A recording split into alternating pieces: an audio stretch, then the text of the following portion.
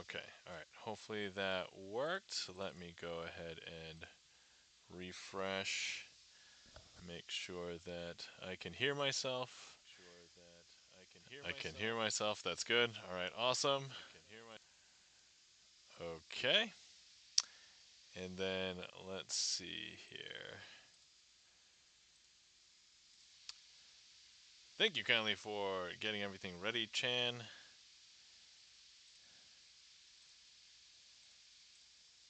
Alright, let me see here. Boom. Boom. Okay, and then let me pull up the trick list for myself so I can see it. I mean, I guess I can see the cue here, but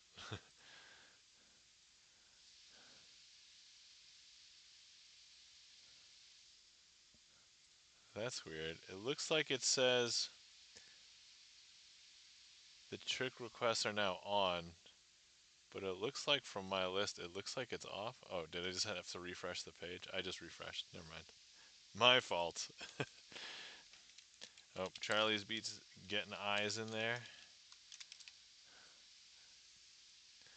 Awesome. Me too. Me too. All right. Okay. Let me just slide a couple things over and then we are good. Oh no, there's one trick I can't do because it's upstairs. All right. Nobody request that one trick. I won't tell you what it is. And then let me slide my chairs over so I'm kind of centered. All right. All right, let me put the video game controller aside. Okay, how does this look? Magic view. Oh, you can see my keyboard. All right, let's move the keyboard even further. Okay. Oh, but the lighting's a little bit weird. Okay. Moving the setup that way because the light is fixed in the ceiling. All right. I'm now live streaming Magician. All right. That's good.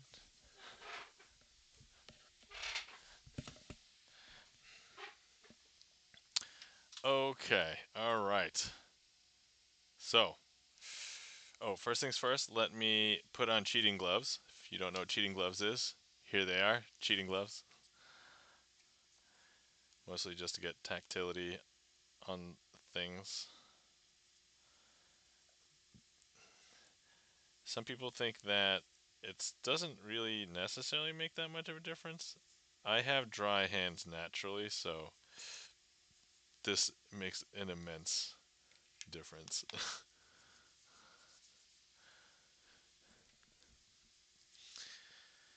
All right. I just realized that my kid's audio monitor was slightly on. Bay JMB, welcome in, Bailey. How's it going? Hi, Nam. How's it going? It's going pretty well. Can't really complain. I mean, I can, but I'm just gonna live my life the best I can live. How you doing, Bailey? Thanks for giving Bay JMB a shout out, guys. If you're not following our friend Bay JMB, please give Bay JMB a follow. Bay JMB, a fellow magician, and has been streaming magic on Twitch. So definitely check Bay JMB out. All right. For anybody who missed it, last stream, no, 2 streams ago, we were able to finish signing all of the cards in our Twitch deck. And so now every card has been signed. And then we got a few other people who wanted to sign a card. And so we've started the next Twitch deck. And in this deck, we only have 3 cards claimed. So if anybody would like to sign a card, all of these are open. And you can get your name on this unless you've already signed one of these 3. But for anybody who is usually here, you probably have enough channel points to sign a card in the new Twitch deck. So feel free if anybody would like to stake a claim on your card now. But anyway, the queue is empty. If anybody would like to request anything, feel free. Now's a good time. And let's see, while we're waiting for requests, let me recap my magic gig. So, the other night on Friday, I had a magic gig. It was about an hour and 40 minutes drive away, and it was for a e-room. Welcome in. How's it going? Thanks for the bang. How you doing, e-room? Good to see you. Guys, if you're not following our friend e-room, please give e-room a follow.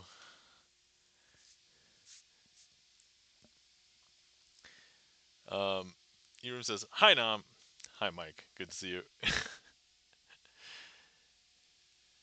So right now, queue is empty. If anybody wants to request anything, feel free. Otherwise, I was going to recap my magic gig that I did on Friday. So I drove an hour and 40 minutes away, and it was for a private event. It was for a birthday party. 3 of hearts, says E-Room. All right, E-Room. Here we go. E-Room, the sign of the 3 of hearts in the previous Twitch deck. Which, let me go ahead and just find that just so that we make sure we don't sign it exactly the same. I don't want anybody to think that I have duplicates of anything. So that's what it looked like before. And so this time, let's sign it to be different. 3 of hearts. Thank you so much for the redeem e-room. All right, so I think this time let's go ahead and maybe we'll do a diagonal right through a heart. Yeah. Because you know that bang that you guys heard every time E-Room usually comes in here? Have you heard that song? I think it goes, "Shot through the heart." That they're talking about E-Room in that particular one, if you guys didn't know.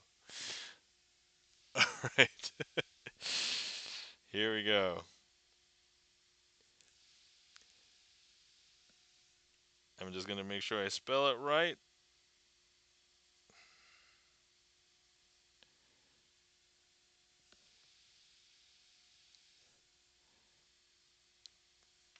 I should know how to spell it, but you know. No harm in being extra careful. Gotta be extra careful.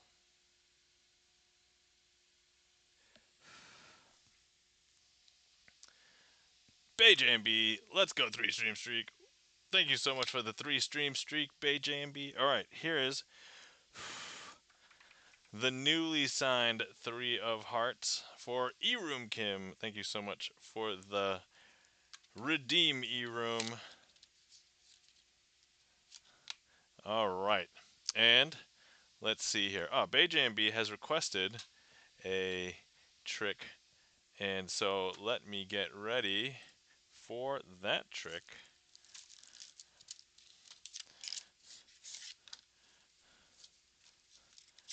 Okay, let's see here. I just realized I've been shuffling around so many cards lately that E-Room, thank you so much for the gift sub to Chan the Magic Man.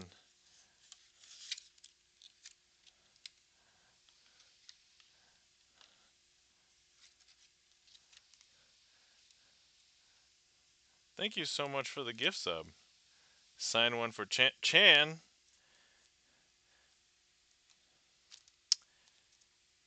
Chan, would you like your usual card, the Queen of Clubs? Because I believe that is still open. Or would you like a different card, Chan? Feel free to let me know.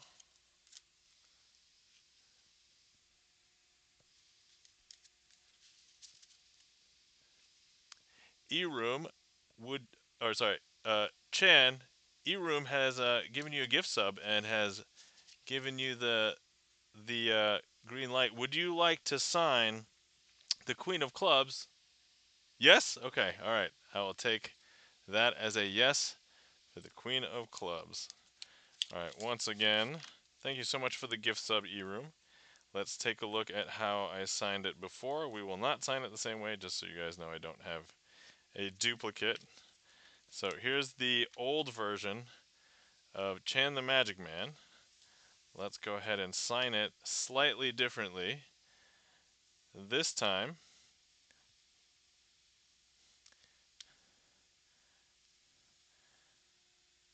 I think what we should do is, let me see here. Okay, I think I want to go right around the border. So we'll do Chan the Magic Man. So the 3-letter words will be on the short edge, and then the other words, which I guess are only 4 and 5 letters, but we'll do that. So let's do it that way. So here we go. We're gonna do Chan. We'll make sure we put the underscore in there. The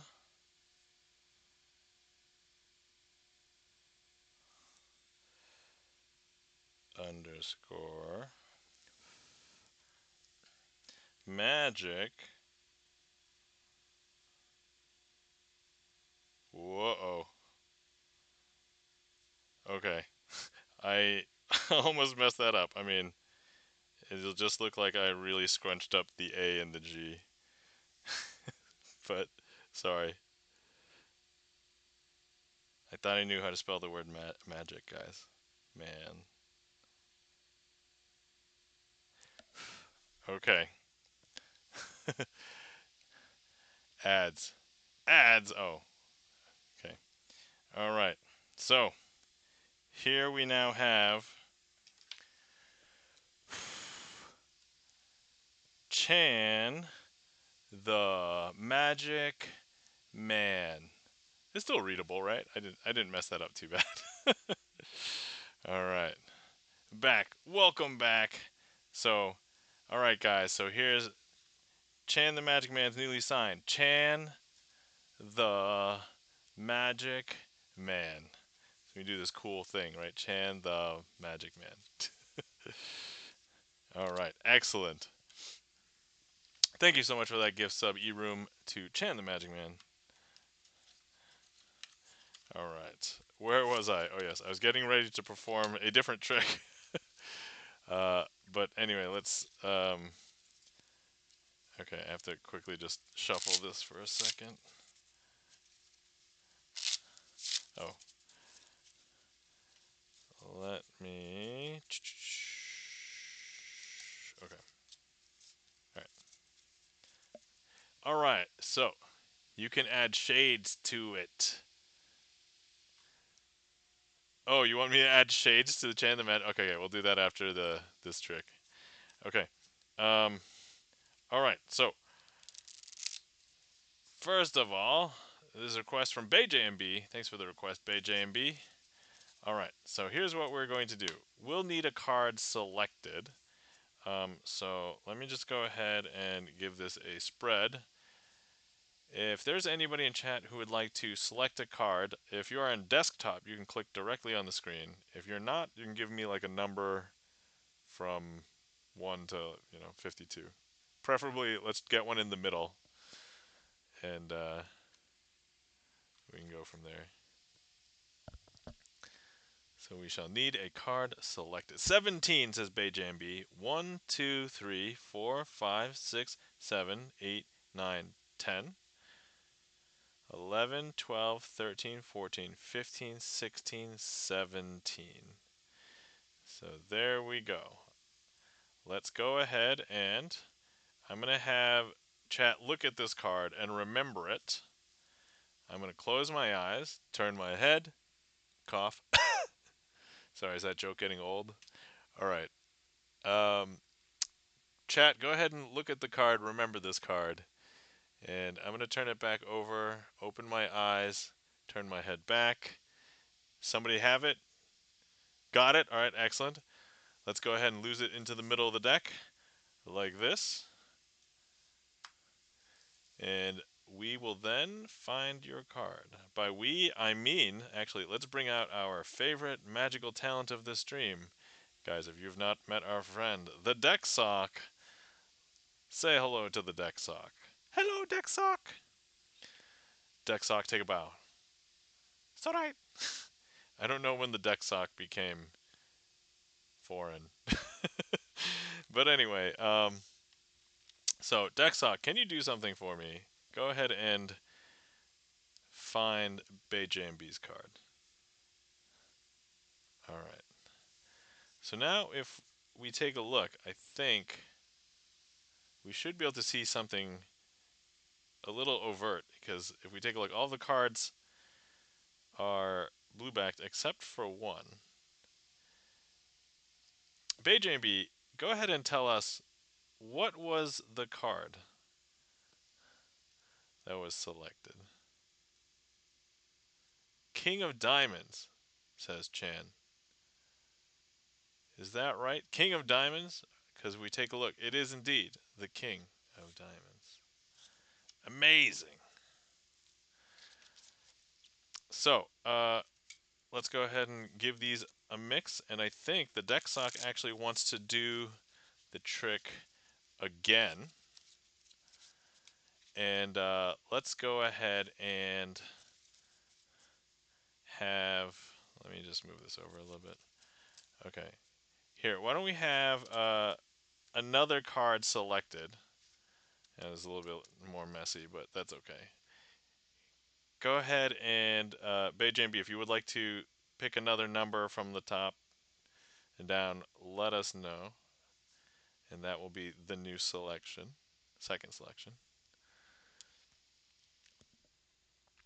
And this is also a good time, guys. If you've been sitting around for a while and you've not hydrated, please feel free to hydrate.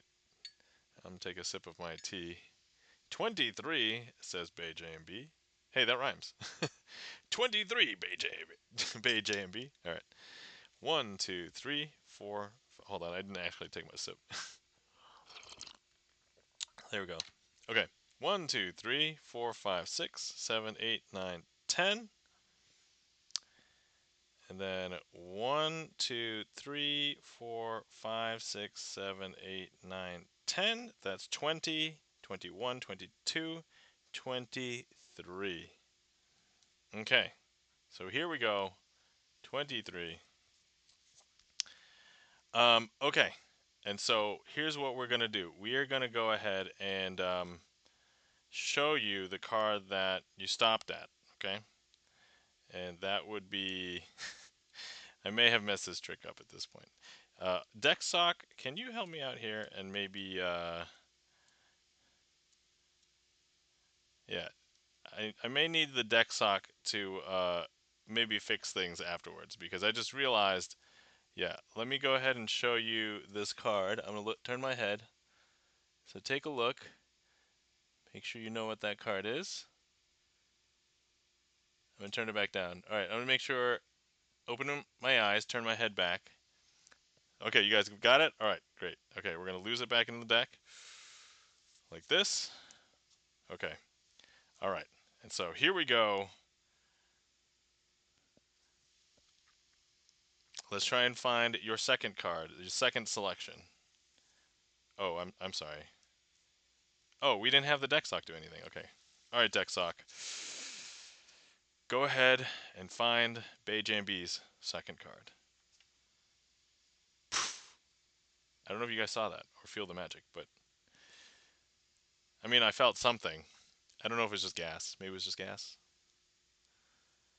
But you know, flatulence is a sign of good health. So, for anybody who was wondering, if you're not farting, there's something wrong with you.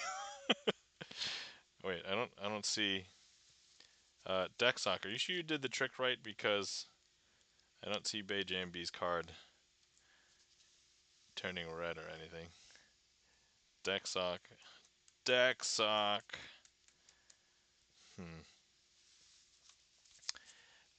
BayJMB, go ahead and tell us what the second selection was, because I am not seeing what I think we are supposed to be seeing.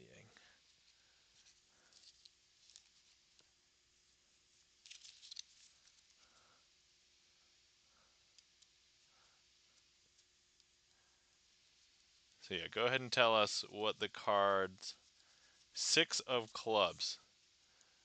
That's kind of interesting because if you take a look at the deck, there's no six of clubs here. That's super weird. That's the six of spades. But wait, you said, let me go ahead. There is a card that is red. It's actually this one. Six of clubs. Six of clubs. And that, my friends, is a red hot mama. All right. Did you sign a card for it? Yes, we did sign a card for E-Room, and then we signed another card as well for the gift sub for Chan. So thanks for asking, Bert. All right. Thank you kindly for the claps. E-Room, thank you for the applause. BayJamB, thank you for that request. BayJamB, thanks for clearing that, Chan. And I also know that we did do a bunch of shoutouts while I was streaming Hades, but let's go ahead and shout everybody else out that didn't get a shout out during the Magic stream. Guys, you're not following our friend and mod Chan the Magic Man. Please give Chan the Magic Man a follow. Chan the Magic Man, fellow magician, also streams magic on Twitch, and definitely give him a follow. Catch him doing Magic Mondays. Guys, you're not following our friend and mod Gibson Lens. Please give Gibson Lens a follow. Gibson Lens, pianist, composer, video game developer, movie critic. Definitely give Gibson Lens a follow. And then let me see here. All right. And then I think we'll just shout everybody else out again. Guys, you're not following E-Room. Please give E-Room a follow. Guys, you're not following BayJamB. Please give BayJamB a follow. Guys, you're not giving. If you haven't given our friend Charlie's Beats a follow, please give Charlie's Beats a follow. I'm mostly just doing this for my own personal, like, I want to make sure that we, we get everybody covered in this stream. Guys, you're not following our friend and mod Felden Kane. Please give Felden Kane a follow.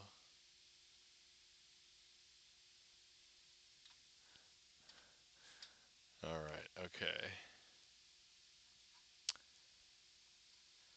All right, there we go. I see the next request. Thank you for that request, Chan the Magic Man. So let's do Invisible Palm, which I did get a chance to perform during my gig. It was one of the ones that I did while walking around to different groups, and there were table surfaces, so that worked out very nicely.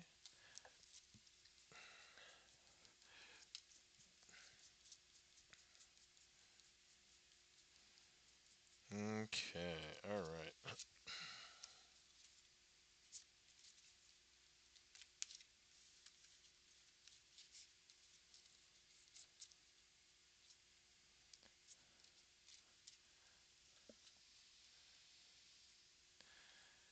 Okay.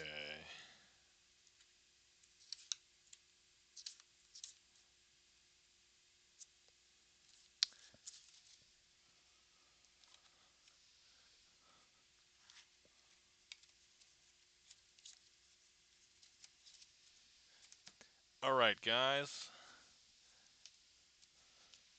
So I've separated out the four queens, and so let's go ahead and use the four queens as part of this trick. Kagome Shuko, welcome in. How's it going? Good to see you. Welcome in. All right. Yay, magic times! Yes, that's right. Magic times. The magic times is now. Now is the magic times. All right. Okay. So first things first. Here's what we're gonna do. We're gonna go ahead and expose a little bit of magic. If nobody has ever heard of palming a card, this is a technique in which a magician might palm a card. Now, when you palm a card poorly, uh, so when you palm a card, you're trying to keep the card hidden from view. However, if you palm it poorly, you might be able to see a card through my fingers. But if I palm a card using this technique, which is invisibly, I don't know if you can tell, but you won't be able to see it even if I kind of part my fingers, right? You won't be able to see it until I place it down onto the table, and that's when I want you to see it. Now, we're going to break another rule of magic. We're going to do the same trick twice, and so if you miss that the first time, if I palm it poorly, you might be able to see it in between my fingers. But if I palm it using this technique, it's now invisible. It's not that it's not there, you just won't be able to see it. Even if I expose the angle, so I don't know if you can tell, but it's there. You just can't see it. It's invisible. However, you'll be able to see it when I want you to see it, and that's when I put it down. And so, there we go. Now, here we have Chan the Magic Man signed Queen of Clubs, right? And so, here's what I'm going to do. We're going to go ahead and leave the Queen of Clubs there. Let's go ahead and show you the other three queens.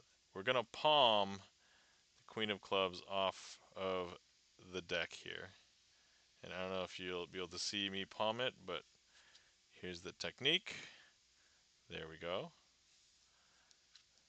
Even if I turn it over, you won't be able to see anything because it is invisible. You won't be able to see it until I place it down onto the table, in which case you'll still be able to see these are all of the other queens. And this is Chan the Magic Man, signed Queen of Clubs, Chan the Magic Man. There we go. Thank you for that request, Chan. I believe that was a random request, but it worked out fine because we just got a new new signature. Courtesy. Thank you for clearing that. Courtesy of eRoom. Thank you for the gift sub. And there we go. Thank you kindly for the claps. Chan, eRoom, and let's see. We have a message. Kagome Shuko. Right now, things are not great at all. Oh, my sympathies, Kagome Shuko. I did see you dropped some information in the Discord. Um, yeah, if anybody um, would like to help Kagome Shuko out, there's a link in the Discord in the general um, chat. And so if you want to read that, and if you're in a place to help and you would like to, you can help Kagome Shuko out. Bridget, you can help Bridget out. But other than the fact that somebody has got an exterminator working in my house, but with the lack of funding in my motel, it's been depending on donations. Yeah, my sympathies. I'm sorry. Well, good luck with getting donations. I am currently unemployed, so I'm not really in a place, but I can help spread the word. So that's where I can help out. And I do mean tiny. They didn't have an ADA room, and these rooms are less than 14 by 14 feet, including the bathroom. That's pretty small. Yeah, not gonna lie. I think like the typical hotel room that I've been I've stayed at before is larger than that. 90-second ad break is starting soon. All right. Oh no, it's starting now. Okay. All right. Cool. So, all right, the queue is empty. If anybody would like to request anything, feel free. Now is a good time. Spreading the word helps out. Awesome. Yeah. So, actually, if anybody wants to hop in the Discord, here it is. There you go. Okay.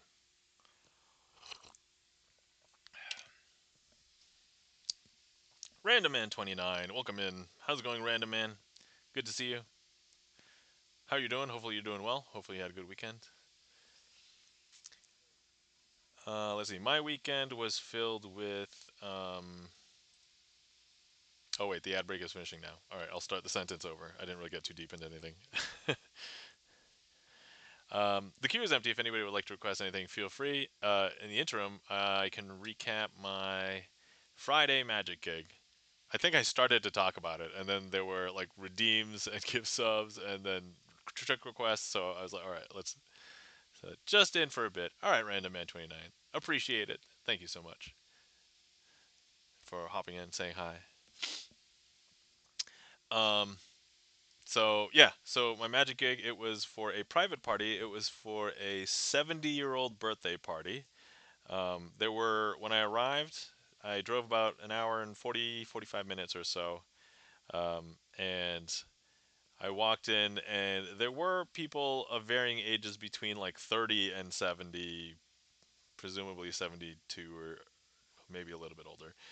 But there was a broad range of ages, but everybody was an adult except for like I think there was like a 3-year-old there. There were a couple of dogs too that I was told their names. Um, but I met the person who hired me, who was the husband of the birthday girl turning 70, and he was very nice. The best way I can describe him is that he he almost was very, I should say, like outwardly, uh, he was very extroverted, but like he reminded me a lot of Eugene Levy. Like imagine Eugene Levy, but maybe like a little bit shorter, a little bit wider, and then like that was basically him. And so uh, Kagome Shuko says, "Yeah, in the tiny hotel room, there's a bed, the full-size fridge, and a tiny kitchen with a microwave and a stove, small table, and a couple of chairs. So very small. Yeah, dogs. Yes, dogs. And and it was his wife who was turning 70 years old, and her and her birthday was on that specific day. So it wasn't like during the week, and they were just. It was actually that day, and it was like, oh, and I'd created, I think, 3 or 4 specialized tricks where I actually had a bunch of surprises for them. So one of which I actually had a plan to do the trick called um, Mad Monty to reveal a couple of cards, but then when I got there, I was like, I think I can pull it off by changing it to be the 2 card Monty.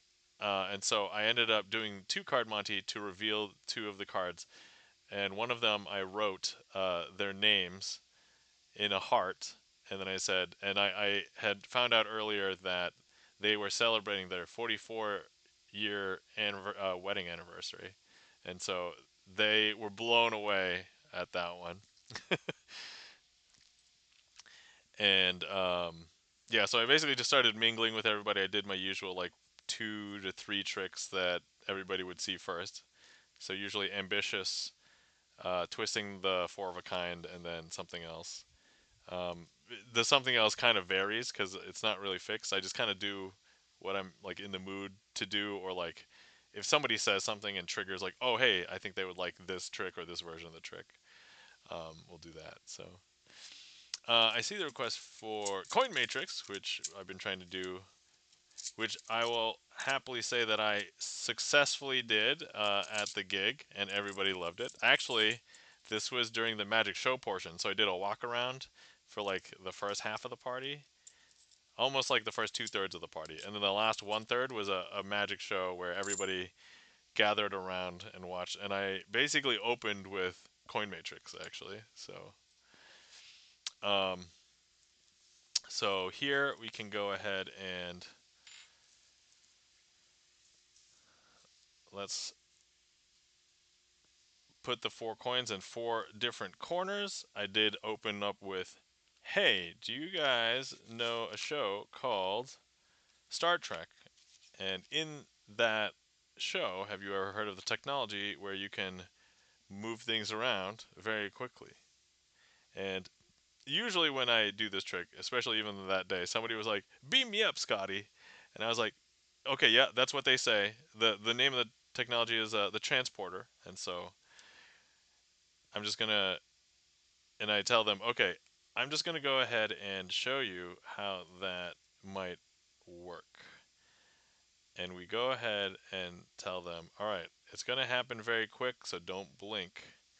And I'll do the 1, 2, and 3. And now we'll go ahead and make this one transport from here to there. 1, 2, 3. And then, of course, we'll make this last one jump from here to there. And actually, with each one of these jumps, there were a lot of really crazy reactions. Everyone was like gasping, and I was like, yes. I did not follow it up with the cardless version, but we are going to do that here just because why not? I did do the cardless version. So yesterday there was a magician picnic. So it was like our end of year picnic celebration. And I basically did this there instead. 1, 2, 3, 1. And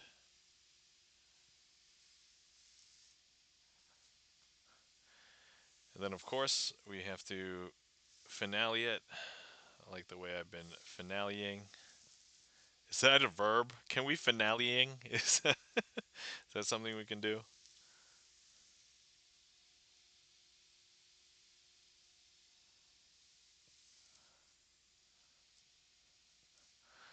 That, my friends, is a coin matrix and a cardless coin matrix.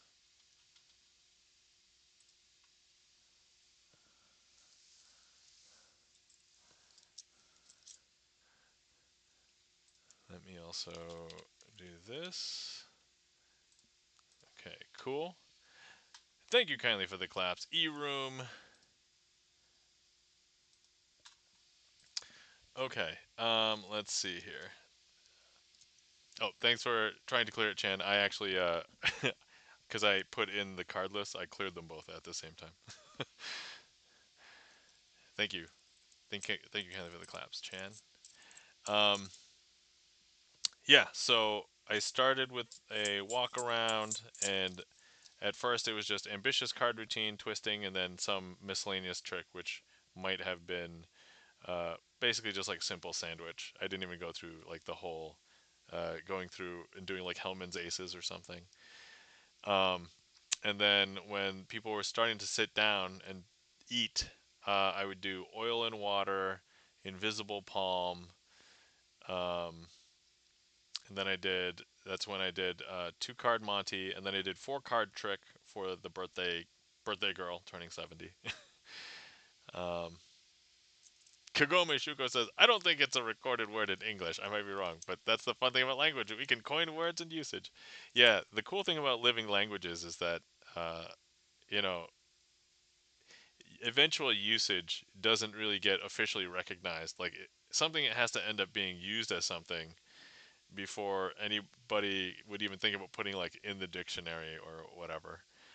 Which kind of makes, I think, Urban Dictionary a little bit different in that it can be more up to date than like a what we would consider like an old printed dictionary. But yeah, it's super. I have a passing interest in linguistics, so but yeah, living language is super cool. Um, let's see, and then during the show, so actually before the show, I did do a 3 card trick, which is one of the ones not on my list.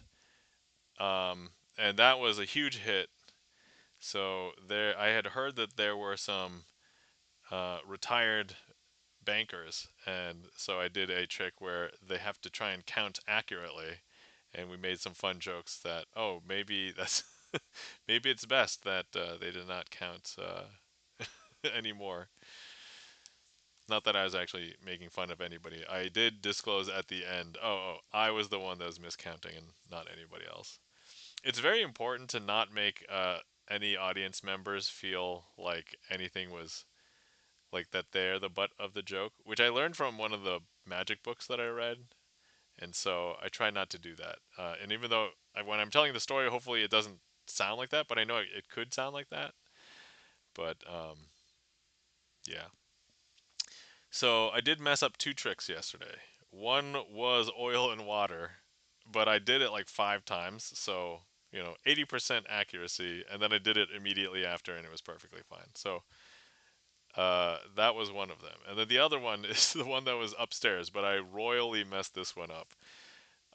And so and this was unfortunately during the show portion. So it wasn't like a small group. It was literally everybody was watching me at the same time. And it was it was foiled in a way that if anybody was thinking about it, they could reconstruct how the trick was done. Um, and I think I probably lost about, I don't know, 7 or 8 seconds thinking about like, man, how do I recover from this? Okay, nobody's so close except for like, you know, birthday girl and her husband, and I'm like, okay, everybody else is a little bit further away. There's a chance that maybe nobody understands the implications, so I just kind of like ask them a question really quick. I might have accidentally revealed the secrets of magic. Do you understand how this trick might be done? And then she was like, maybe you did this, that, and the other thing. And I'm like, whew, nobody connected the dots. All right. And then I said, all right, I'm safe. And then I basically cheered, and then everybody else cheered. And I'm like, okay, good. I'm in the clear. And then I just proceeded to carry on with the rest of the show, being like, man, that was bad, but after that, everybody still enjoyed the rest of the show and had a great time and everything. So, Kagome Shuko says, I love etymology. I watch etymology podcasts on YouTube. That's awesome. My favorite right now is Words Unraveled with Jess Zafaris and Rob Words. Oh, I think I've seen some stuff from Rob Words. Yeah. Um, but yeah, super. By the way, if anybody's not interested in linguistics, there's a whole rabbit hole of things between like word histories, and then like there's a lot of, because there's a lot of exceptions in English. There's like stories about why things are in English. So, uh, okay, let me tell you one thing about the word okay.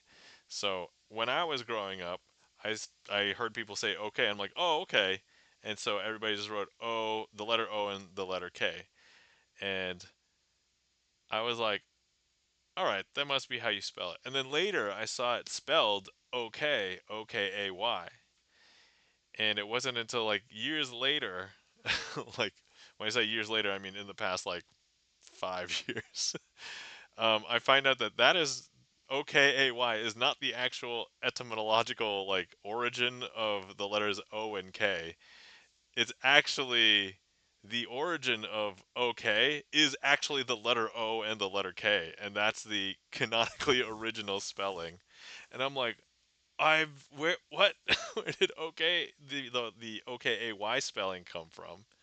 And I was like, no, I've been led astray for decades of my life.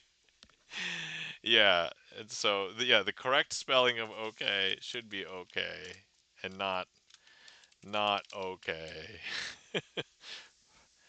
But yeah, because it was like an Oxford. So the O, I think it stood for like an Oxford thing. It came from like an Oxford University thing, and it stood for O, and then whatever the K stood for.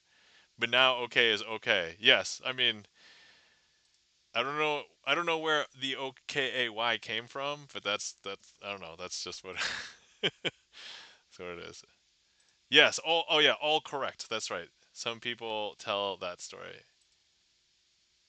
Oh, is that actually not the correct story? All right.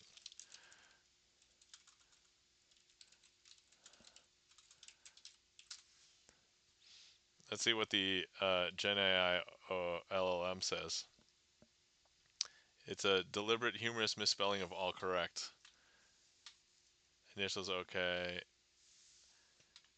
Popularization was old. Nope. Punny slogan. Nope, that's not it. All right. It gets mixed up. Yeah, I don't know.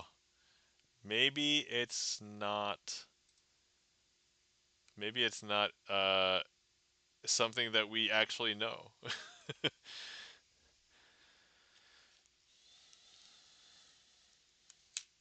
You know what? Just talking about this has inspired me to do a trick.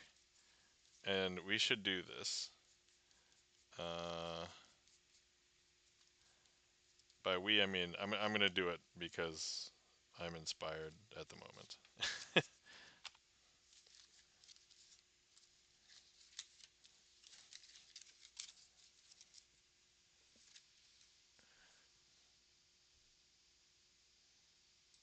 Okay. Oh, this is slightly tilted. All right. You can kind of see. Oh no, that's not a mouse. That's the. Okay. All right. Oh, these are cards from the letter deck. So if you remember me using letters for spelling things, ad break starting soon. All right, this will be short. Okay. So here we have the four cards for spelling okay, and okay is, as I've learned, not the correct spelling of okay. And so what we have here is one, two, three, four. But you know what? That is not the correct spelling of okay. And so I need to remove one. So now we have one, two, three. And so now we have that, but we're going to need to change that because Oka is not. And so one, two, and I don't know if you can tell, but now it's all okay. KO? There we go. And actually, if you wanted to inspect these, you could look at the two cards that are here right now. Okay. There we go. Sorry, I did not beat the ad break there, but kind of just quickly inspired by what we were talking about. Okay to okay. Thank you kindly for the claps. Chan the Magic Man.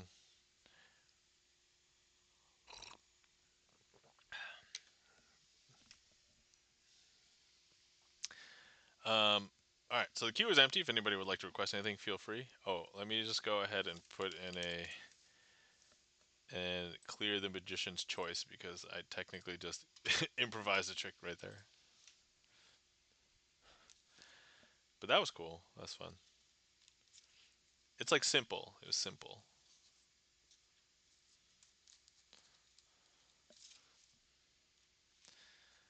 Let me see if there's a way. All right, so the ad break is still going on, but let me see if there was a still a way. Boom, boom, boom, and boom.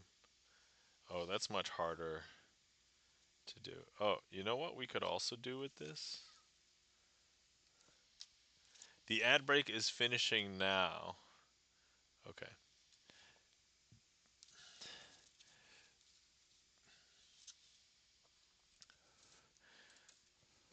Let me try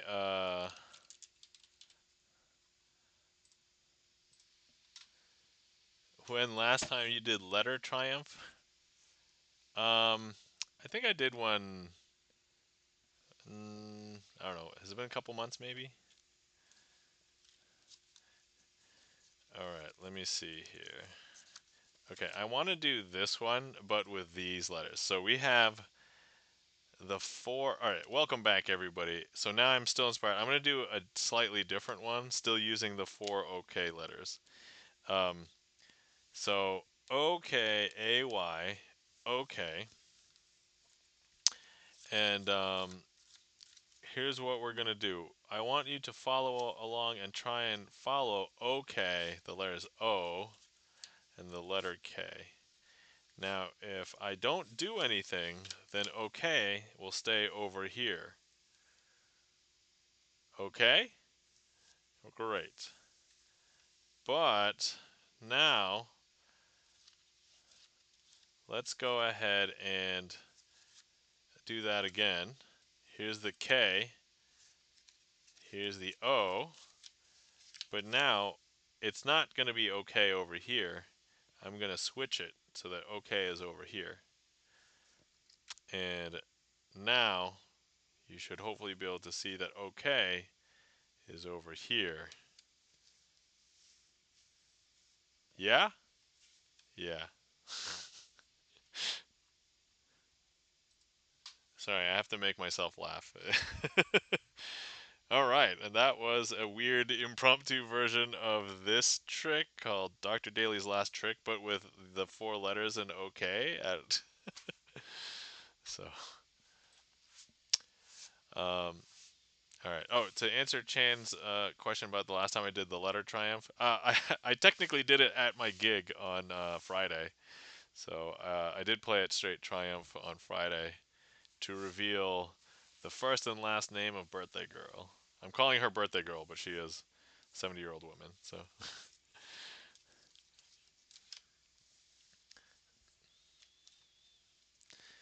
but they enjoyed the trick, and when it revealed, yeah, 70-year-old girl says Gibson Lens. Yep, that's yeah, that's what happens. Um, so yeah, one of my favorite things to do is to have a reveal for like if somebody is celebrating something. I've done the word congratulations. I've done happy birthday. I've done their names. I've done two first names, like a couple, like and you and those always work out very nicely. And actually, I like to leave the display of the name at the very end for a couple minutes because what ends up happening is like everybody proceeds to take out their phone after they react. They're like, "Oh my god!" And I'm like, "Yeah, guys, take a picture. If anybody wants to take a picture, this is a great picture." So, um, and everybody takes a picture, so it's super nice. But yeah, so if anybody doubts the power of being able to just use playing cards with letters on them, like it's very powerful because there's not many names that you can spell with like A, J, Q, and K, and 2, 3, 4, 5, 6, 7, 8, 9, 10. All right, but yes, so Gibson Lens quoted me for 70-year-old girl. To be fair, the energy was very high. I think everybody there, I would have guessed if I just saw them and met them out. I would not have guessed anybody was 70. I think I would have guessed everybody was maybe at the oldest, maybe early 60s. Like everybody was very energetic. Everybody was very enthusiastic. Great reactions from the crowd. So, all right. Kagome Shuko has requested Imagine. All right. Let's go ahead and perform Imagine. Thank you for the request, Kagome. Here we go. All right, I want you to imagine that I have a pile of jokers, and here, the pile of jokers. Oh, actually, there is one that is not a joker. I want you to imagine that there's a pile of jokers with a queen of clubs, and that the queen of clubs is red backed, and all of the jokers are blue backed. I just want you to imagine. And so, here's what we're going to do. I'm going to have you imagine that I take the queen of clubs, place it underneath the table. I'm going to throw it through the table, through the mat, through my hand, and back into the packet. I know you don't believe that, but that's okay. Just as long as you have very strong imagination, that queen will come right back. Now we're going to do it again. I'm going to grab it, take it, place it underneath the table, throw it through the table, through the mat, through my hand, back into the packet. I just want you to imagine. It is back. And now let's do it one more time. I'm going to go ahead and throw it through the table, through the mat, through my hand, and back into the packet. Now, I think that you guys really do have very strong imaginations because I don't know if you know, but I think you imagined that Queen of Clubs because if I show you, this is not a Queen of Clubs. This is a blank card. Very strong imaginations. But actually, I don't know if you knew how strong your imagination is, because I also asked you to imagine that these are jokers. And these are also blank cards. And that, my friends, is imagine. Let me go ahead and eat this heat map over here. Let me see. Delicious. There we go. Thank you for clearing that, Chan, and thank you for getting the eat. Oh man, I am one heat map away from eating 365 heat maps, one for every day of the year.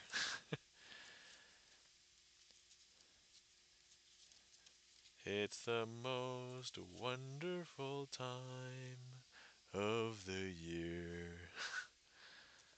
Do do do do do do do do do do do do do do do do do.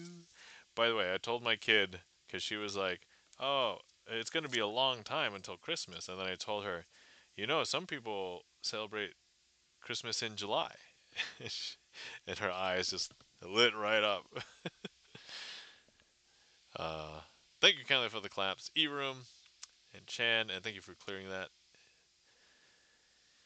Queue is empty if anybody would like to request.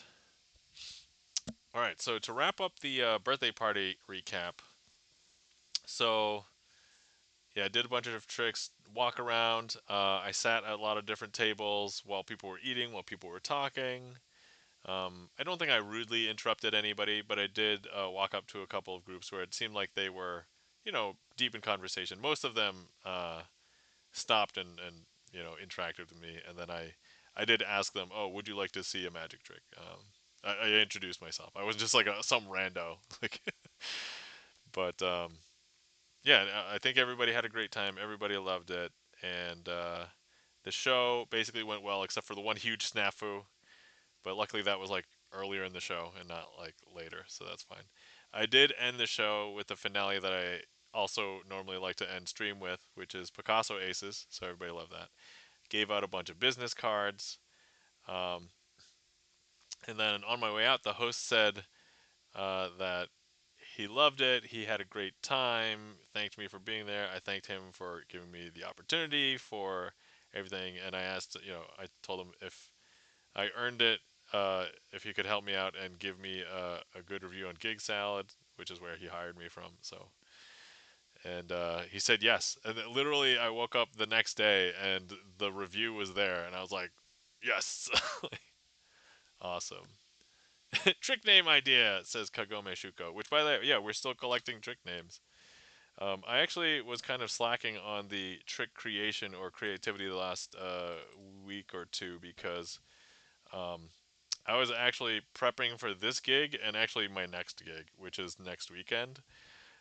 So next weekend, I have a 4-hour gig on Saturday. So wish me luck, guys.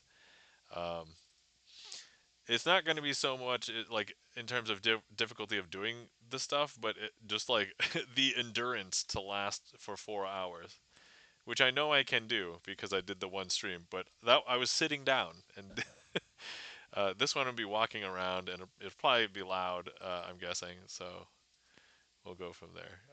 But yeah, that's next week. So I do like the newlywed blueberries, and there's actually some really interesting ideas that you can take from the fruit aspect, even if I don't use the blueberries thing. But also the fact that you have the word newlywed in there, because like 3 or so gigs in the next like month and a half of mine are going to be bachelorette parties. So I actually think I wanted to note. So I might not have a trick exactly named this, but I think it's good to note because I might want to come up with something for like that audience, right? As kind of thing. Andres, welcome in. Hi everyone. Woo woo. Crazy. Did you get a haircut? Oh, I guess since you last came in, probably yeah. I did get one about 2 weeks ago, I think. Yeah, I think it was about 2 weeks ago. So, or no, a little bit less than 2 weeks ago because I did not get it in May. I got it in June. Oh no, I did get it in May. No, no, yeah, it was 2 months ago. Or no, sorry, 2 weeks ago. So crazy. So yes, I did get a haircut, Andres. Thank you for noticing. And yeah, I don't have super long hair now. It will have to grow over time to be the long, luscious locks that you guys missed. Uh, and you'll see that back again probably in the winter. Because I got only one haircut per year. C Films. Hello, C Films. Welcome in. Hello, how are you doing? Um, I'm doing well, C Films, for the most part. Can't complain. I mean, I can, but, you know. Guys, you're not following our friend C Films. Please give C Films a follow. C Films, a fan of movies and TV and developer of cfilms.com. The last time I hopped into C Films' stream, uh, C Films was trying to deal with a something on the web page, and I was able to help debug a database query thing. But welcome in C Films. Hopefully you're doing well. Good to see you. Hopefully you're doing well. Andre says, "Let's go, let's go." All right, yeah, Andres, welcome in, and hopefully you're doing well as well. Hopefully you had a good weekend. Um, Queue is empty if anybody would like to request anything. Also, good news for anybody who has not been in for a little bit. We have successfully filled in a Twitch deck, and so all of the cards in this particular Twitch deck have been filled. Now, for anybody who wants to sign a card, a specific card, you can still support. But now, even if you signed one in the other Twitch deck, if your name is not in this one, you can sign a card in this one. And we only have these ones taken, and I think everything else is basically open. So if anybody cares to have their name on a specific card here, you can. For anybody who's just been here for a while, you probably have enough channel points to sign another card, so you can channel points it. But otherwise, anybody else who really wants one, you can support with sub or bits or anything like that. Let me see. What do I have it as? Sign card. Sign card. There we go. There you go. Chan the Magic Man says, I'm on my third Chan Clan deck. Awesome, Chan. That's great news. Yeah, I think, let me see here. I am, oh, so I updated my spreadsheet so that I have a reference of how many decks. So I have had one, two, this is my third Twitch deck. My second Twitch deck with this design, but my third one, because my first one was just a bicycle deck that I used for Twitch. But, yeah, so that was a blue bicycle deck. How many Twitch decks do I have? Yeah. Oh, how many of these decks, or how many Twitch decks have I used to have people sign on stream? This is my third one, but I have like a row of this particular. And oh, sorry, I saw that heat map, but I missed it. All right. All right. Let's see here. Wow, says Chan. In general. Oh, okay. Yeah, in general, I have a wide box, so I think I probably have about 12. I'm guessing. An ad break is starting soon. All right, I won't do any magic until after the ad break begins. I mean, after the ad completes, and then we will go from there. And I see the request for Hitchcock Aces. Awesome. So I will get ready for that.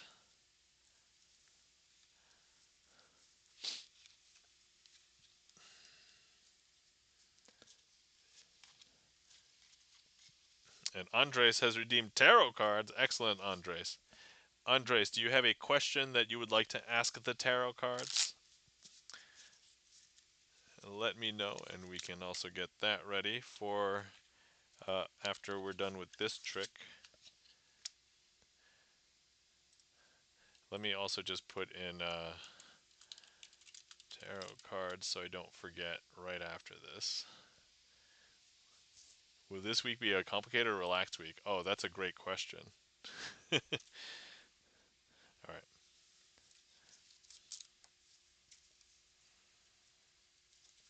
Okay.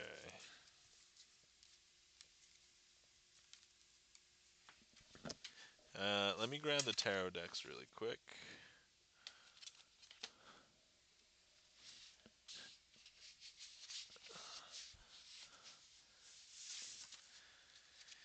And let me see. What is the... Oh, you know what would be really good to show here? Wait, did I bring it downstairs?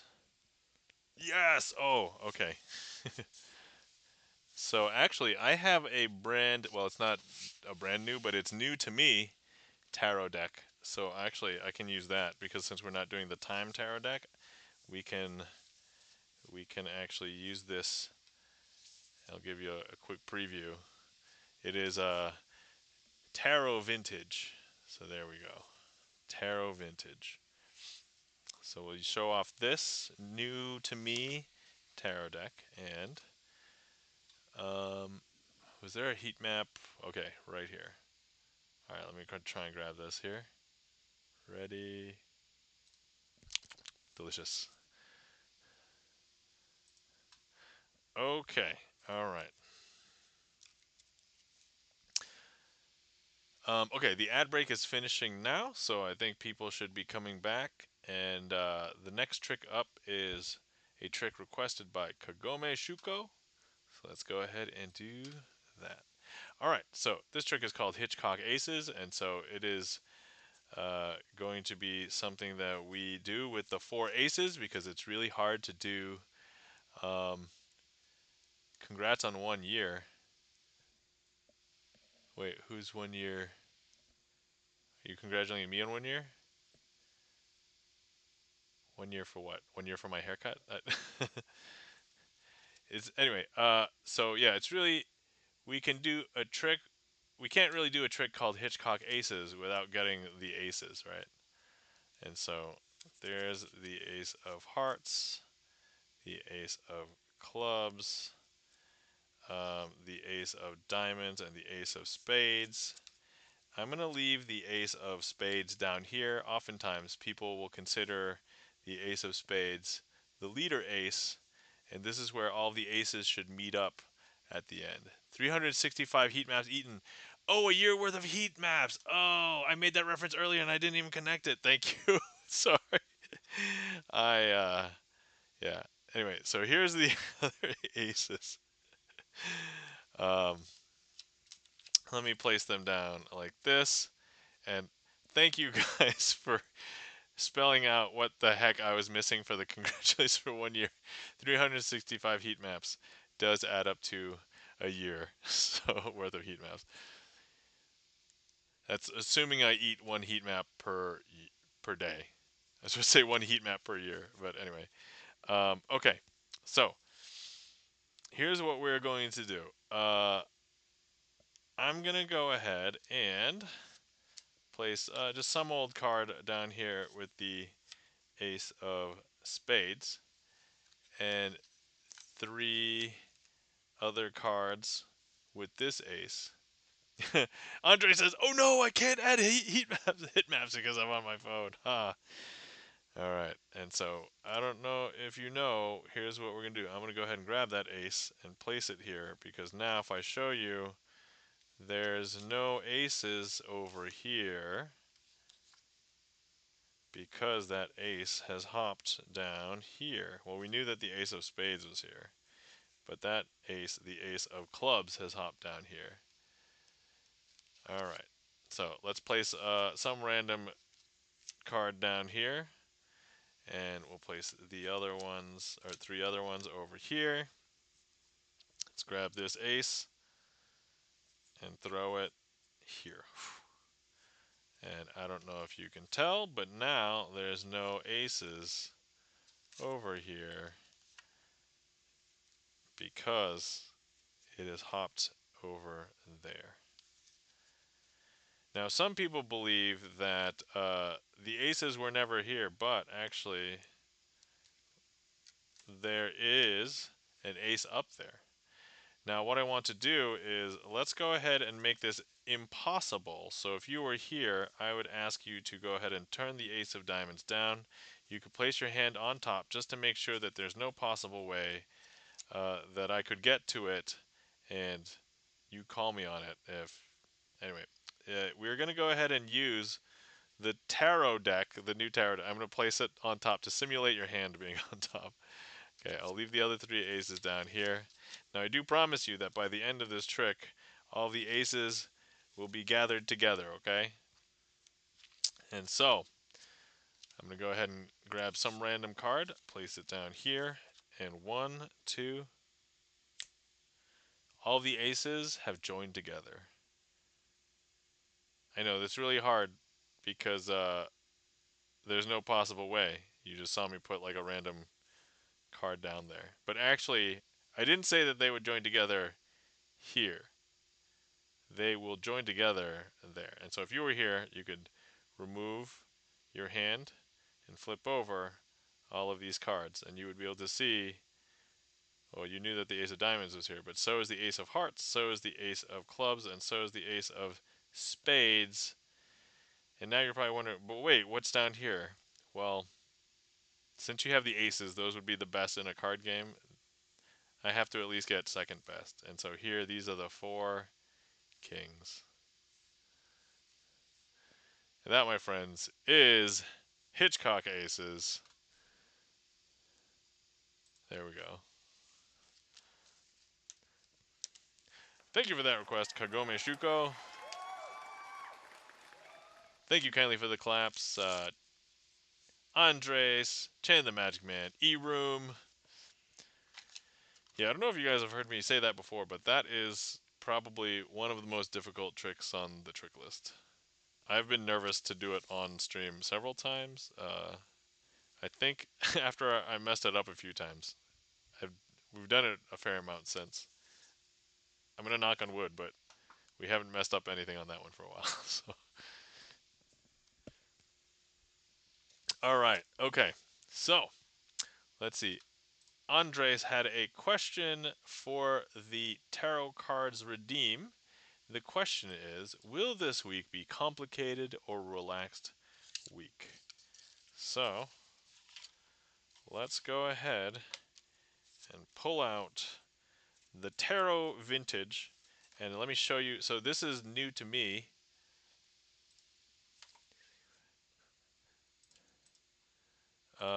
Actually, let me. I have to quickly get back to.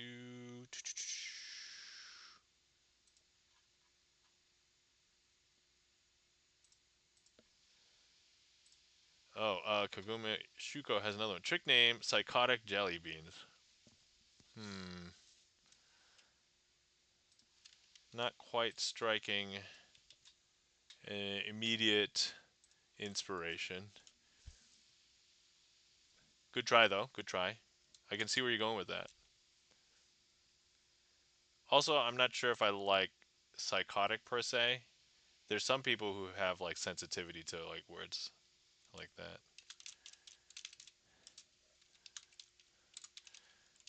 But okay, where was I? Oh yes, tarot vintage. Let's go ahead and share. That's true. Yeah. Um. All right. So here we have a box, tarot vintage. How did I get into this box, or how did I get this? I had a magician picnic on Saturday. So Friday was my gig. I was basically getting ready to do my gig, go to my gig, came home, and then as soon as I came home, immediately started creating chili right away because I was bringing chili to the magician's picnic. Um, but I had to start it the night before because it needed to slow cook. And if I just like woke up and started making it the next day, it would have only been able to slow cook for like an hour or two. So this way, I was able to slow cook my chili for about 10 to 11 hours overnight, and then I was able to bring the chili to the magician's picnic. So, yep. Kagome Shuko says, "Not every day is great, just things that come to mind." Yes, first of all, I totally appreciate all the efforts for anybody who wants to try and come up with a trick name, and yeah, definitely not everything. And also, there's things that like so I interact with people, quote unquote, on the front lines when I am performing for somebody out there, and you know, you meet all sorts of people, and there's some people So, like for example, there's one thing that I will never touch. I will never do a politically themed trick, and that's just like both for my sanity and maybe my safety. Like, and so, but yeah, and there's other things. It's like I would never want to inadvertently offend anyone. So yeah, nobody take any offense if a trick name does not is not suitable for my use. But anyway, at the magician's picnic, there was one magician who said he was coming. We all call him Santa Claus because he has a big beard and it's white, and he actually plays Santa Claus during winters and things like that. And he'll be Santa Claus for like winter magic shows and stuff. But he was bringing 3 or 4 boxes of magic to give away because he was like, I'm cleaning magic and I need people to take stuff, so I'm gonna bring it in and you guys just look for stuff. And so he brought in the boxes. I started looking through some stuff. I grabbed like initially a handful of things. So um, I grabbed at first a couple of these, but then later he said, "All right, I'm not going home with anything from those boxes. So if nobody here takes them, uh, you know, they might just get discarded." And I'm like, well, okay. So I ended up just going back, grabbed a few more. So I think I had about half of this. And then there's a bunch of other stuff which I haven't had a chance to look at that I grabbed that's upstairs as well. And that was just me. Like, I think about a dozen of us were rummaging through the boxes and took a ton of stuff home. And so not only does he act like Santa Claus and look like Santa Claus giving away this magic, he basically was Santa Claus. So yeah, I love free books. Yeah, so there's a couple books there, and then like most of those were DVDs.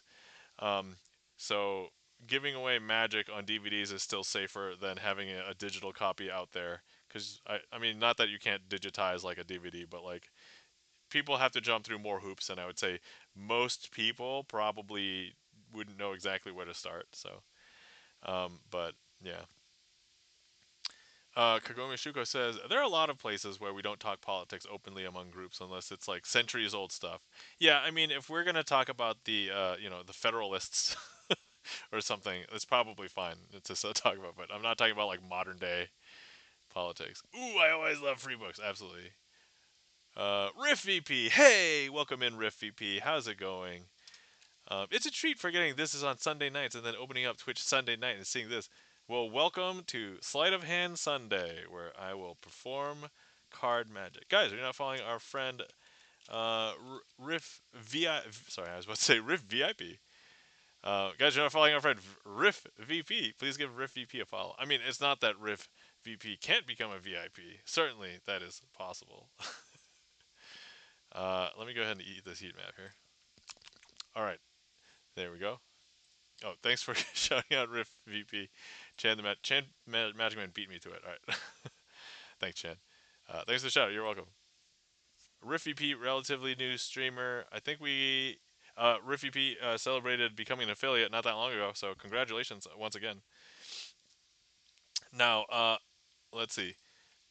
Sorry, we're in the middle of trying to do a thing for Andres. Andres is trying to determine if this week will be a complicated or relaxed week. And I was telling the story of how I got this Tarot Vintage deck. So this Tarot Vintage deck came from Santa Claus.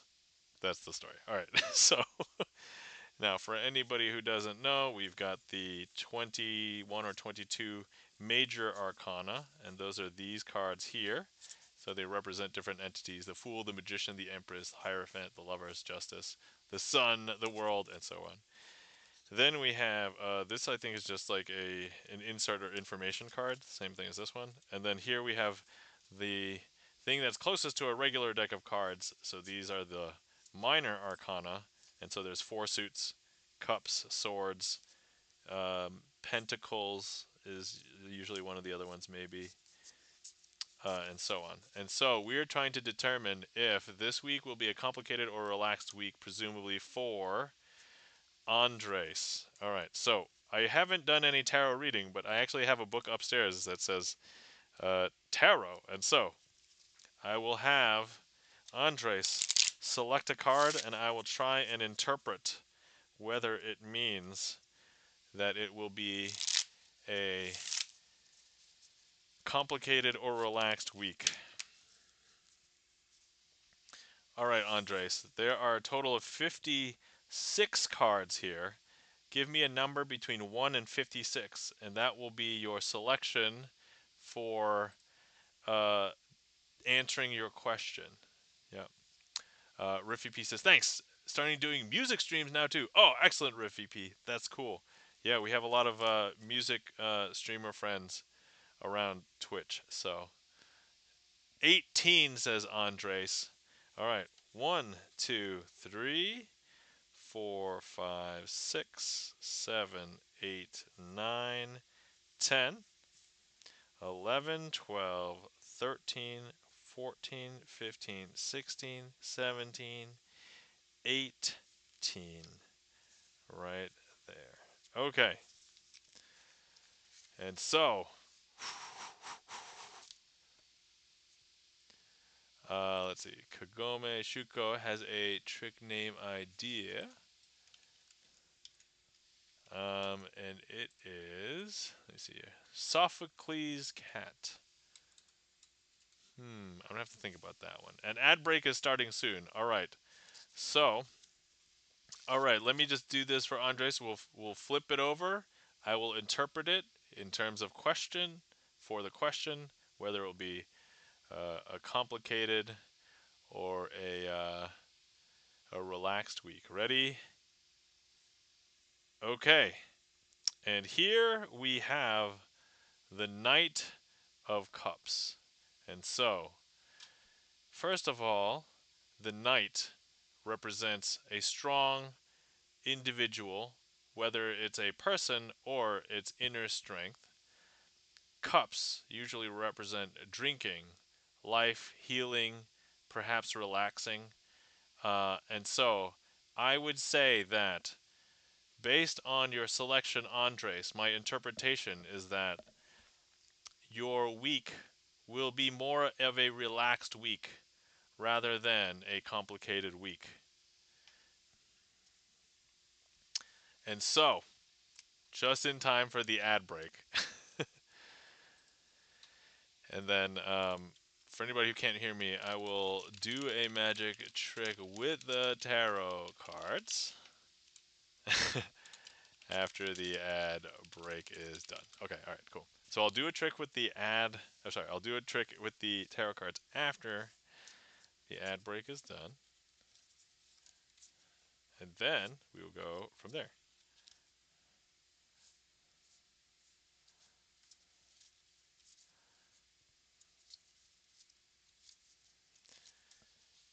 Let's go.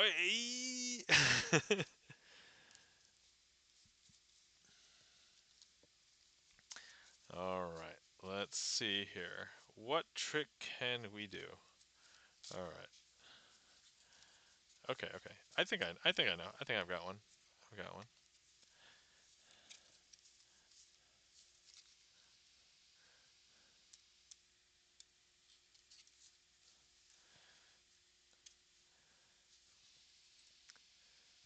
Oh, Andres, did you redeem tarot cards again?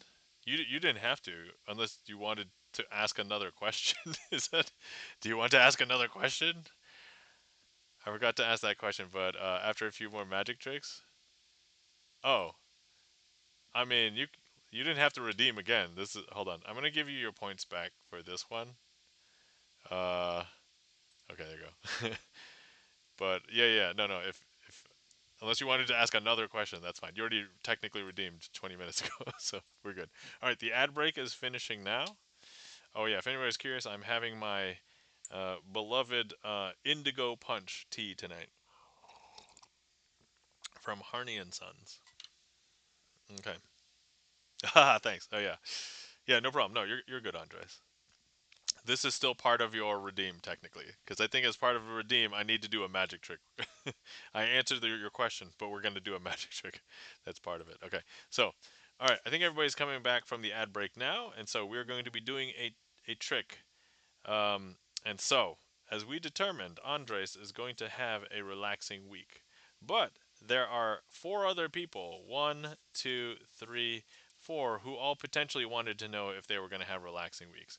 And if you actually took a look, you too might also get the King of Cups, which I have interpreted to be a relaxing week. And now, even the second person would be able to look and find the King of Cups, which I've still interpreted to be a relaxing.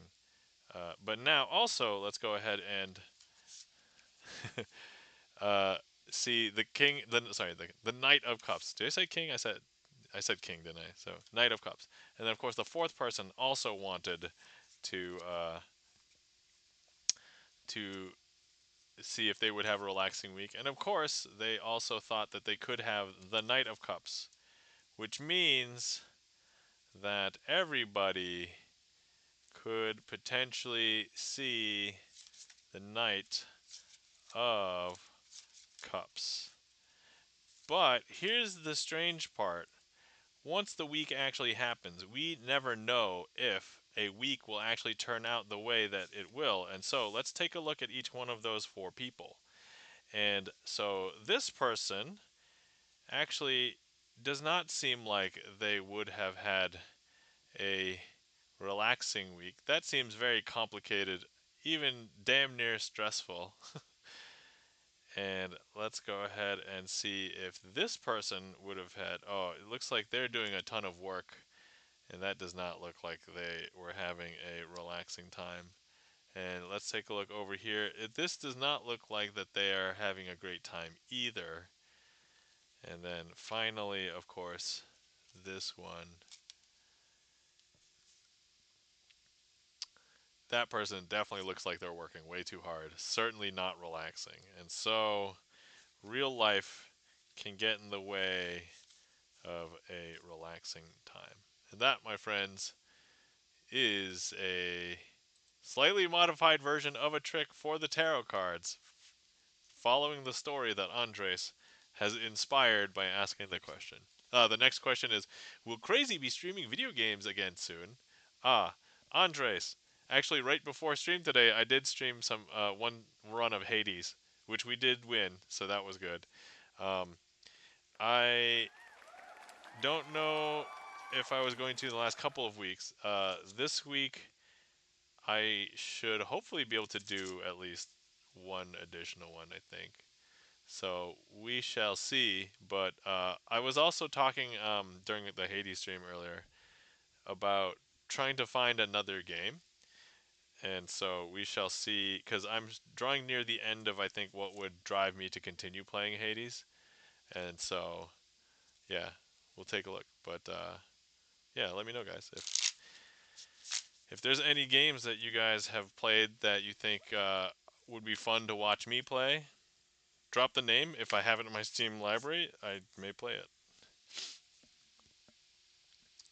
Um, Thank you kindly for the claps. Charlie's Beats, E-Room, Andres. Thanks for the applause. Let's go, says Andres. All right, so that will take care of the tarot cards. All right, and Charlie's Beats has requested try. Oh, okay. Sorry, my fault. I cleared something, and then Chen tried to clear it, and that was my fault. Sorry. Okay, but I did. So that was Charlie Beats's request for Triumph. So let's go ahead and do Triumph squared. No, no worries, Chan. That one was my fault. I understand. Yeah. So I don't think any of my trick name ideas will ever top shampooing the chocolate cake. Kagome Shuko. Shampooing the chocolate cake was brilliant. Okay, it was just. But don't think that you can't ever top that. I think the thing that came from was a place of organic discussion, and I think sometimes when you try too hard, it's kind of like you're forcing it, right? And so I feel like next time you're inspired, you'll be like, oh my god, I have to tell Nam this name of this trick, right? And so I think organic organic inspiration is like some of the best inspiration. So all right, so we're gonna be doing um, Triumph squared for Charlie's Beats. All right, here we go. First of all, we have a deck. Let me cut the deck into about roughly 2 equal parts. Let's say here and here.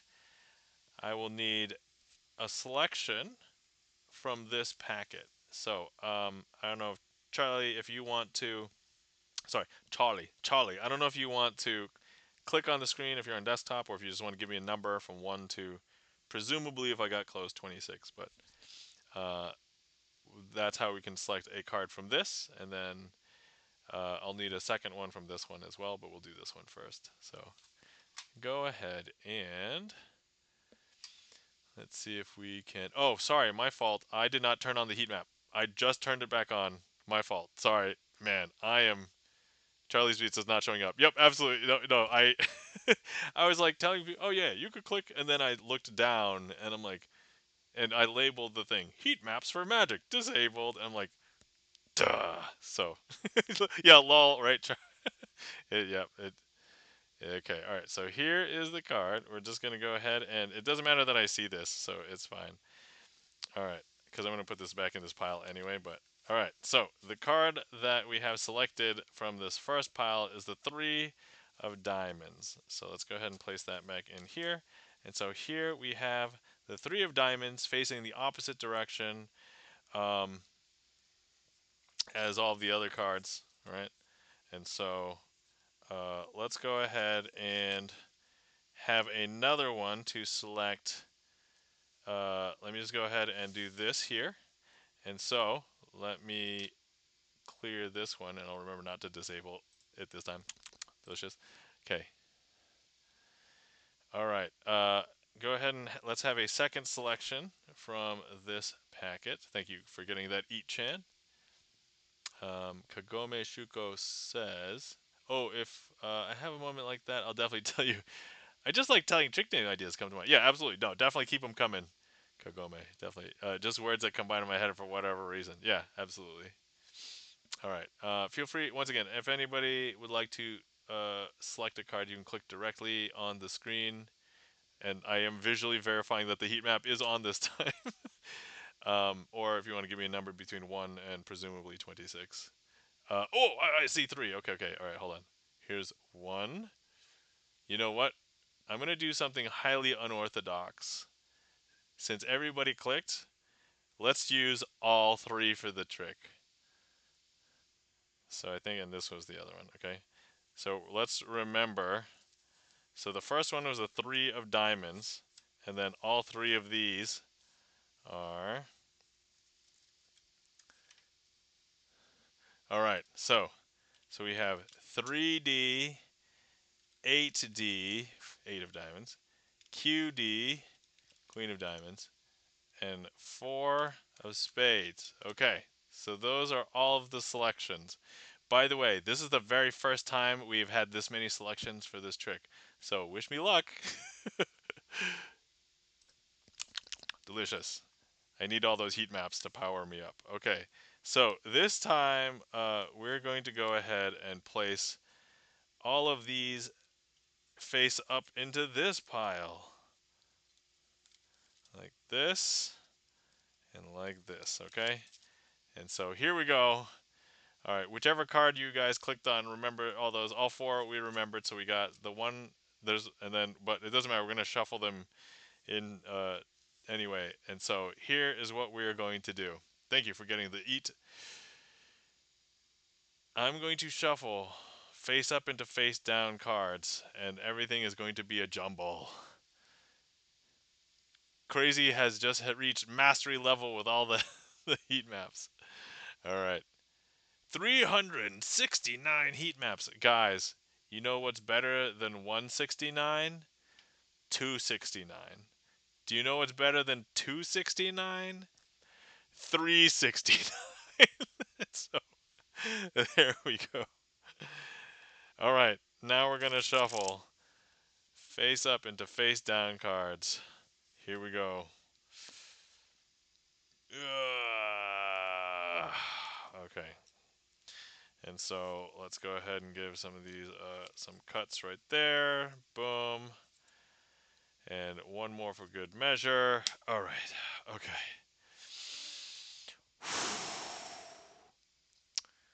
Oh, somebody gave me a heat map up here. All right, hold on. I'll eat it. No hands. Delicious. All right. So, let me show you that we can fix. We can fix this. You know what? This trick is called Triumph Squared. And originally, the trick is you just split the deck into two piles. But actually, a square really is, if you multiply, it would be four, right? And so having four selections actually makes sense in the context of this trick, right? And so wouldn't it be great if instead of ending, and the normal ending is having just the two selections facing the same direction, and everything else is fixed. In this case, all four cards will be facing in the same direction, except for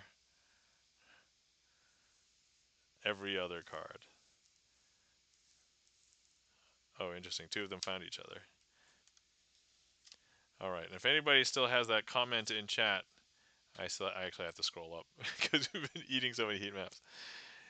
What were the four selections? Why, they were indeed the Queen of Diamonds, Eight of Diamonds, Four of Spades, and Three of Diamonds. And that, my friends, is truly a triumph squared properly. There we go.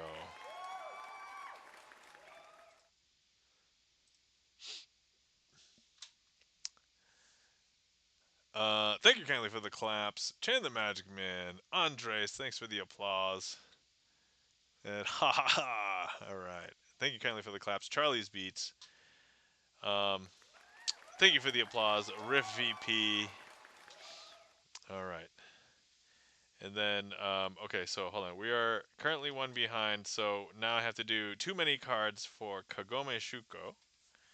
So we'll do that. And then I see the request from Andres as well. Excellent. So we'll do that one after too many cards. All right. So let me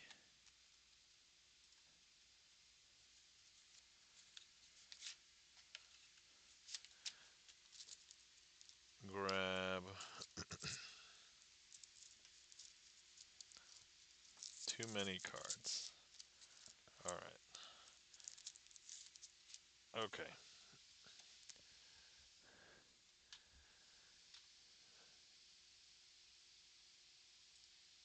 Okay. All right. Here we go. All right. So here we have the Ace of Spades, the Two of Spades, the Three of Spades, the Four of Spades, and the Five of Spades.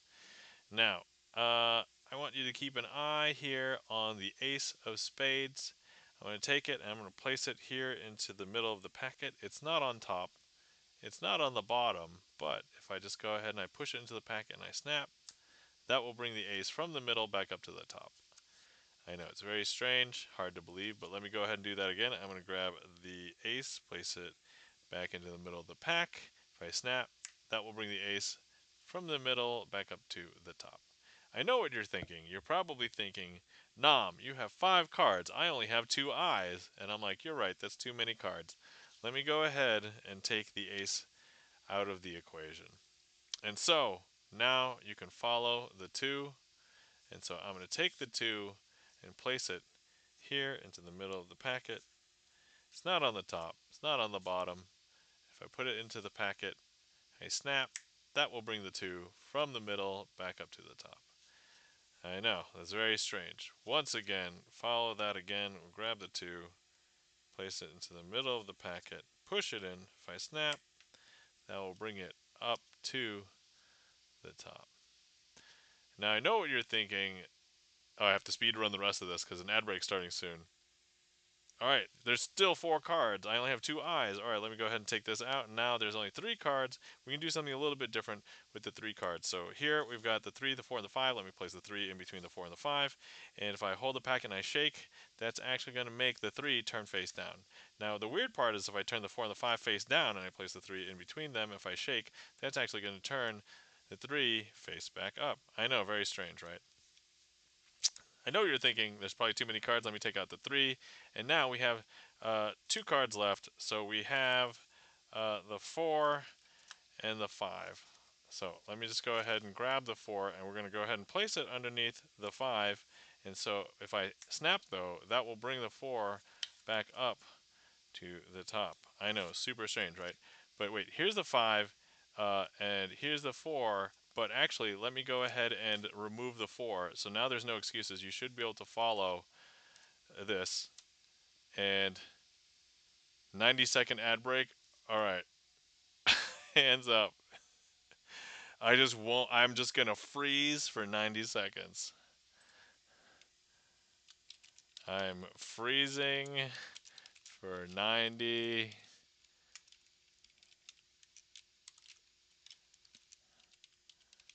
seconds. All right, I know I kind of put my arms over it a little bit, but all right. I guess we're gonna pause. I won't break away. I won't change camera view. My hands will be up here. Actually, I just get to lounge for 90 seconds, right? So here we are, lounging for 90 seconds, and then I'll finish the trick right after. Um, so anyway, as part of the magician's um, picnic, XD says Andres. So yeah, I made my chili. I brought it in. The person who was supposed to bring burgers and hot dogs, they got there a few hours late, and I was there kind of like 15 minutes after the party started. And a bunch of other people did bring a bunch of stuff, but there were a lot of desserts and junk food.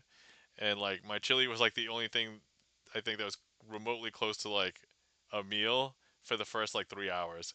So first of all, everybody ate it while it was in those first few hours, but everybody loved it, so that was good. It was a chicken chili, and then like a chicken-based red chili, and then eventually everybody made it, and there was food for everybody, so it was good. There was actually so much food that we got to take a bunch home afterwards.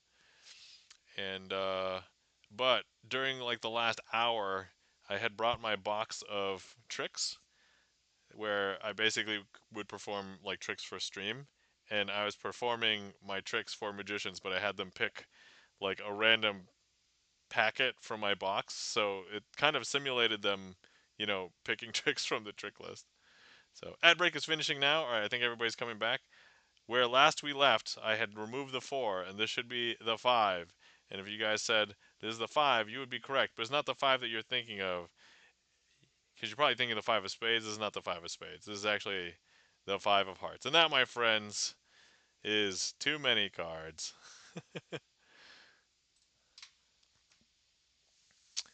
Hmm. Kagome Shuko says, potlucks where you get to try all the foods if you want. Yes, that's right. If you want to try all the foods, this was good because, yeah, there was a bunch of different foods. But for anybody who has heard me talk about my plight of my affliction, um, I can't really eat all the foods that I want to eat anymore. So I have gout, and it's stupid. Thank you kindly for the claps. Andres, Turn the Magic Man, E-Room. Okay. And then next up we have a request from Andres for an original card trick called Keeper that I created, inspired by the Keeper video game by Double Fine, whom our mod Gibson Lens was a software developer on the team that helped out with that. So, oh, there's Bert with the eyes. Hold on, I don't want to feel left out with the eyes. So, boom, there you go. Eyes. All right.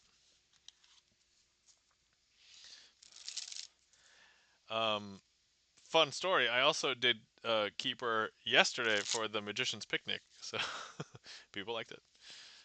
And it's currently 40% off on Steam. Guys, shameless plug. If you guys want Keeper, it's 40% off on Steam right now.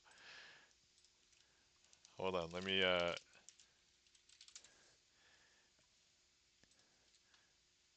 just gonna grab the link and drop it here. All right. If anybody wants to play it, there it is. 40% off on Steam. It's good. I played it on stream as well. It only if you like short, really like how should I say?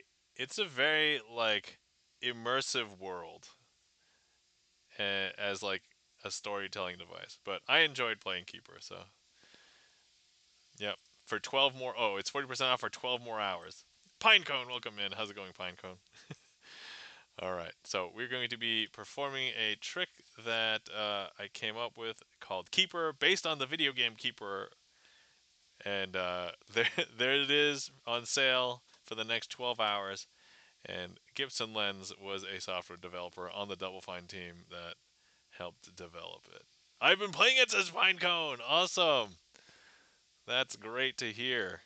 Yeah, it was a nice, wonderful experience. Oh, and the good thing too is like some people are afraid of playing games because sometimes they think they'll take too long. This was a very nice, self-contained experience that you could do in a very limited number of hours. And so I think how long did I take to play the game? Right, it was like I did it in 2 sessions. Right, so it was 2 sessions. Was it 2 or 3 sessions? But I think maybe it was like six. Hold on. I have to look this up now. How many hours did I play Keeper? Keeper. Okay, I logged 8.6 hours, although I think at least a half an hour of that was just leaving the game on and I had to run or step away. So let's say 8 hours. And I did everything super slow. I explored everything, almost everything. Kagome Shuko says eating cherries and drinking tart cherry juice is supposed to help reduce inflammation from gout. That is correct. And do you know what I do? I eat cherries. Cherries are very expensive fresh, so I get them frozen. And so, yeah. All right, where were we? Oh, yes, Keeper. So, here we go. When you are walking around in the world of Keeper, you start off as an anthropomorphic lighthouse. And so, you might see a bunch of plants. Let's say these plants are all 3 feet tall. They might not be exactly feet, whatever unit of measurement happens in that world. And so here are maybe 3 different plants that you might see. Now, early in the game, oh, you know what? This is great because when I'm at home, I can actually pull out the lighthouse deck, and we can actually use the lighthouse. So if you guys have not seen me use the lighthouse deck, here is the lighthouse deck. Ta-da! So let me square up these plants. So these plants start off pretty small. They're kind of compact, but one of your first powers that you get in the game is the ability to shine your light directly on surfaces and things in the game. And so let me go ahead and shine this light. So I don't know if you can see, but this lighthouse, it's shining its light on this first plant. And so it will grow because it started at 1, 2, 3 feet, but now as you shine the light, you'll see it grow very quickly in front of you to 1, 2, 3, 4, and then of course it'll grow to 1, 2, 3, 4, 5. And of course, you walk over to a different area of the game and you shine your light again. You see a plant that's very similar to the other plant, and you're like, ooh, let me go ahead and shine. And when I was playing, I actually called the ability laser eyes because that's what it felt like. So, laser eyes right here. And so, even though it started as a 1, 2, 3 foot plant, you can now see it's growing to 1, 2, 3, 4, and then of course it'll go from 1, 2, 3, 4, 5, and then you realize, oh, all of these plants, they're part of a puzzle. And so you see one final part that you presume is part of that puzzle, and you shine your laser light. Sorry, you shine your lighthouse light. Laser eyes! By the way, if anybody knows Keeper but doesn't know me or saw me do that live stream, laser eyes makes no sense. But anyway, and now that plant will go from 1, 2, 3 feet to then 1, 2, 3, 4 feet, and then go to 1, 2, 3, 4, 5 feet. And of course, once you do that, everything begins to grow and you truly see all the plants for their true height of 5 feet. And the doorway then opens for you to walk your lighthouse through. And that, my friends, is Keeper, based on the video game.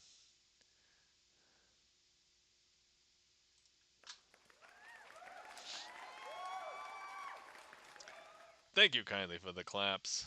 Andres, Pinecone, thank you for the applause as well, Andres. Kagome Shuko says, 5 llama picnic. 5 llama picnic. Hmm.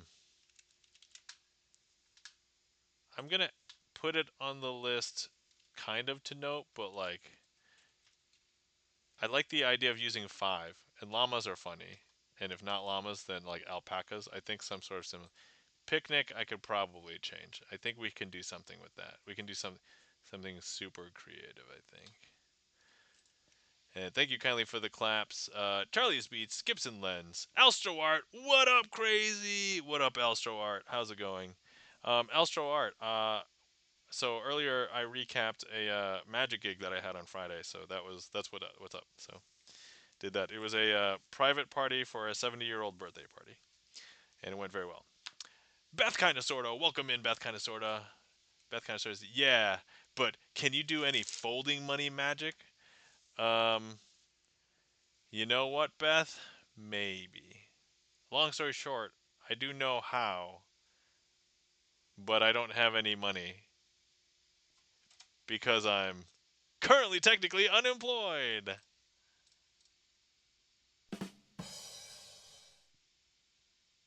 Sorry, is that not something we should laugh at? Maybe we shouldn't laugh at that. Alstor says, nice, yeah. Andres says, I'm going to head off for now. I have to wake up very early tomorrow. Haha. All right. Yeah, no problem, Andres. Have a good night. Good seeing you. Thanks for stopping in. Take care. Sleep well. Um, thank you for the hug, Pinecone. Greatly appreciate it. Beth kind of sort of said, I just saw a thing where it looked like he did origami 2 seconds after it looked like it was unfolded. Oh, okay, yeah.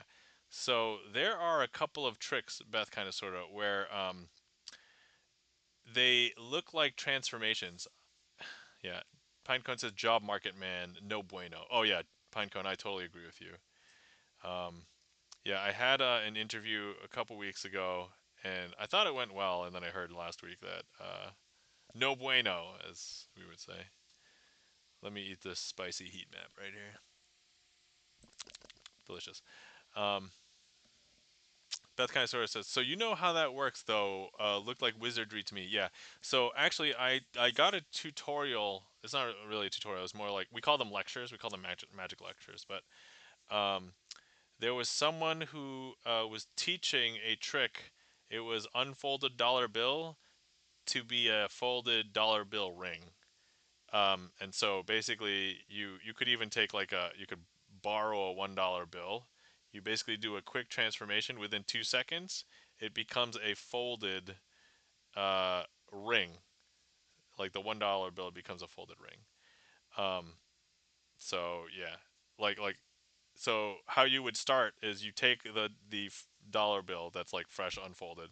You basically just make two folds. I'm not telling you how to do the trick. I'm telling you. I'm describing how it looks.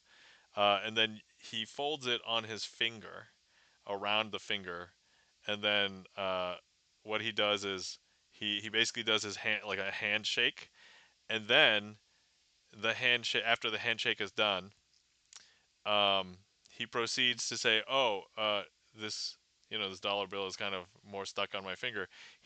Proceeds to slide it off and show you that it is actually a folded ring dollar that you can put your finger in. He can hand it out, and at that point, and a spectator can put it on their finger, and it's a folded origami ring. And I'm like, oh, that's so cool. So, but yeah, that's kind of the effect that I kind of know about, and I don't think I'm gonna do that. But there's another trick with dollar bills, where it's like you make $5 turn into $100, like from 5 ones to 5 20s. I know how that's done. I'm just going to let you know that that trick will cost $105. So minimum.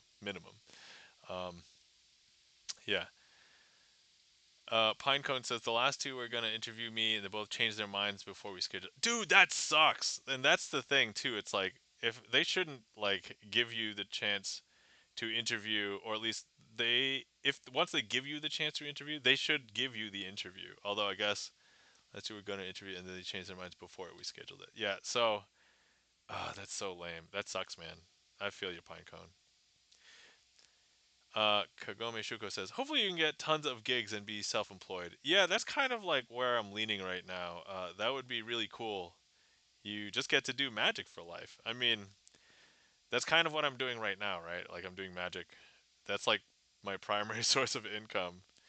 I was also considering maybe doing more on Twitch and YouTube, which, to be fair, I was kind of slacking off on YouTube for a little bit. Um, but I had reasons, mostly because I was doing magic business stuff, like real life magic business, magic gig stuff. Pinecone said one didn't say anything, and one said they're just not gonna hire it anymore. Oh man, yeah. So I actually got an email for a position, um, that I applied for, and and this was like maybe about 3 weeks ago, and they said, after some evaluation, we've decided that we are unable to hire for this position. We were closing the position. No, the the position is no longer going to exist. So yeah, I can feel you on that one too. But that one didn't feel like I hadn't been talking with anybody there. That was just kind of like I applied, and then they just sent a generic email. I presume to everybody. Um, and then Beth kind of sort of says, "This was a whole cat." Whoa, that's so cool. So like the dollar bill, it went from like an unfolded dollar bill to be a dollar bill cat. Yeah. Okay. Super cool. Uh, I still think generally I understand how it could be done. It might be harder to hide the cat, is my guess. That sounds cool, says Pinecone. A whole cat origami after he reopened his hands. Yep. So, as I can imagine, I think I know how it's done, but once again, harder to hide a fully created cat. Pinecone says, now I'm just kind of reevaluating if I'm supposed to do something else. Yeah, that's dumb when they do that. Yeah. I was actually talking with somebody recently about. So here's the one thing that I discovered on my latest gig. A lot of people don't necessarily know or understand the state of the how bad it is for people in tech, and so they thought, "Oh, what do you do? You're into computers. Should be easy to get a job." And I'm like, "It was until like a year ago," and I had to explain to them. So there are still people out there who are still under the belief that the job market hasn't changed for tech people, but it has. Yeah, that's not when they do that. Yep. Pinecone says, at least these two didn't string me along for 2 months. Yeah, 2 months is way too long. That's a lot of wasted time. 90-second ad break. Yeah, be right back. Okay. I acknowledge the be right back. All right, so we did Keeper. All right, I have to get ready for Jazz Aces. I just realized I can do Jazz Aces with either deck because Charlie's Beats has signed a card in both decks, and it's the same card. Thanks, Charlie. You had made my life easy as far as like not having to remember and map multiple cards to the same person. So appreciate it, Charlie. Sorry. Appreciate it, Charlie. Is that how I should pronounce your name? I know I feel like I see that in chat sometimes, and I do call you Charlie's Beats most of the time, but like I don't know. I'm feeling like a little whimsical today. I'm just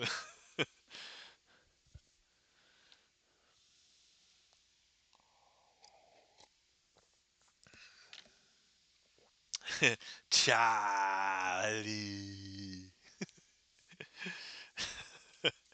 All right. Okay, we're doing an ad break, right? So wait, nobody clipped this, but Charlie. Charlie. I think the goal is like to contort my face as much as possible while saying Charlie's name. Oh crap, the ad break is people came back to probably I was trying to say Charlie in the weird the all right, whatever. I don't need to explain myself. This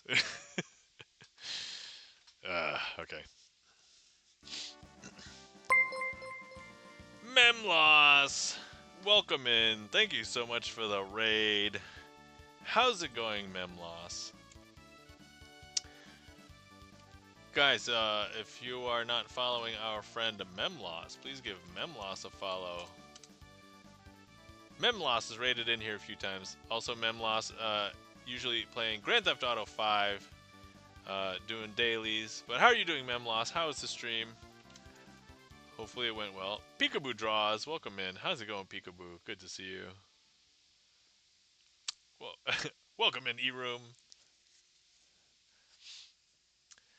Hopefully you're doing well, Memloss. Thank you so much for the raid. How are you guys doing?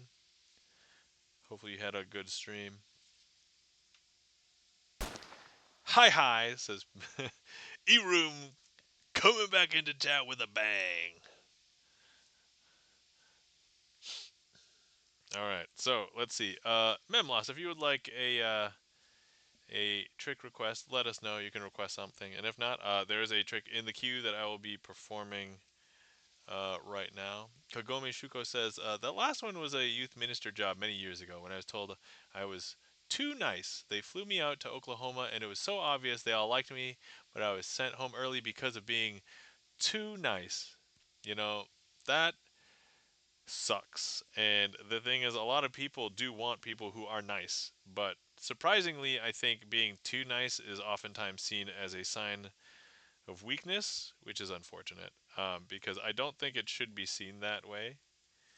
Especially if you're not given a chance to prove yourself, in which like that you're not going to be somebody who could be stepped all over, you know, kind of thing. Then, but thus the association is there, unfortunately.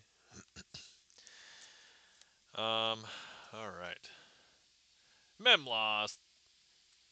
Memloss, thank you so much for the 25 stream streak. Thanks, Memloss, for the raid and the 25 stream streak. Holy crap, Memloss. Yeah. Pinecoin says some don't even give a reason, and that's been hard not knowing what to do differently. Yeah. They say that it should be okay and acceptable for you to ask recruiters and people in HR, and it's like, hey, you know, why did you pass on me or whatever. The the realistic, sorry, the real situation is that they oftentimes probably get too many of those and either find that it's not worth responding or whatever. But I mean, you know, if that's going to be the state anyway, you might as well send a message, I guess. So, Peekaboo Draw says, sadly can't stay. Bedtime for me. All right, Peekaboo Draws, no problem. By the way, guys, you're not following our friend Peekaboo Draws. Please give Peekaboo Draws a follow as well. But anyway, all right. The Lurker, says Memloss. That's right, you are the Lurker. Which, by the way, can be a devastating unit in an old video game called StarCraft. Brood War. Let me specify. All right. So next trick up we have is a request from Charlie's Beats for Jazz Aces. So here we have 4 aces and just 4 face cards in this case, 4 queens. And here's what we are going to do. Let me go ahead and leave the 4 queens over here just for a second. We're going to start that one over. All right. Okay. And probably not for the reason that you think. uh, so you know when you practice something and you're like, things aren't the way I just like having my aces in a certain order. All right, here we go. Okay, so here we have 4 queens, 4 aces, and here's what we're going to do. Let me just go ahead and leave the 4 queens over here just for a second.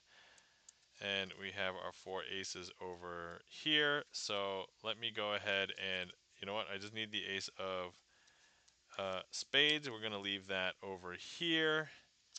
And for all of these other aces, we're going to go ahead and leave those out here. And so what we're going to do is let's go ahead and just place one of the queens down here. We're going to grab this ace and we'll jump it down here, because if I show you, there's no aces over here. There's actually an ace there.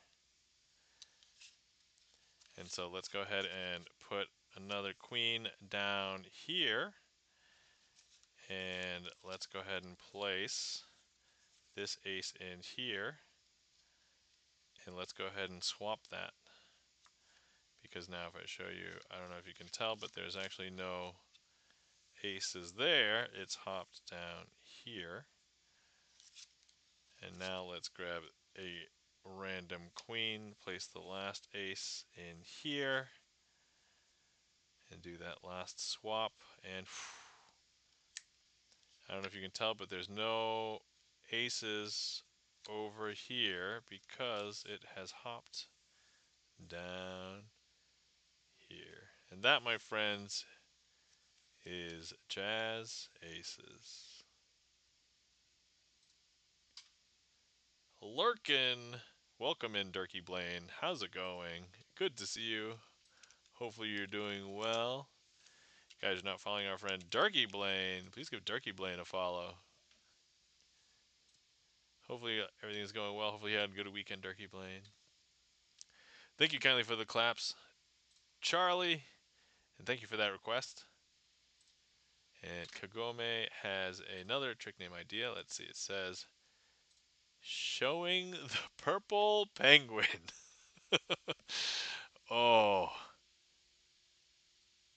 okay, Kagome, you got that one. This okay. I have to note this one. So oh, it says showering. Oh, showering slash showing. I'm gonna push showering slash showing. But in my mind, the purple penguin isn't a purple penguin. It's an eggplant, and we all know what the eggplant emoji stands for. And I'm going to be doing a couple of adult events later this month, so there could be some hilarious shenanigans. But no, yeah. But in either case, both the word showing and showering can be hilarious in this case. I I am already thinking of. So for anybody who didn't know, my mind lives in the gutter. I I I know I don't make as many jokes on stream about that because I've tried to turn it off a little bit over the years. But yeah, my mind is in the gutter basically all of the time. If there's a dirty joke about something, unless I either missed it or I'm like super tired, the thought probably occurred in my mind. Yes, bad. That's right. Pinecone has sprayed me, so there we go. It's hard to break a habit that I built living in my post-college house, which I guess was technically also my college house, but yeah. Habits die hard, and die hards are Christmas movies.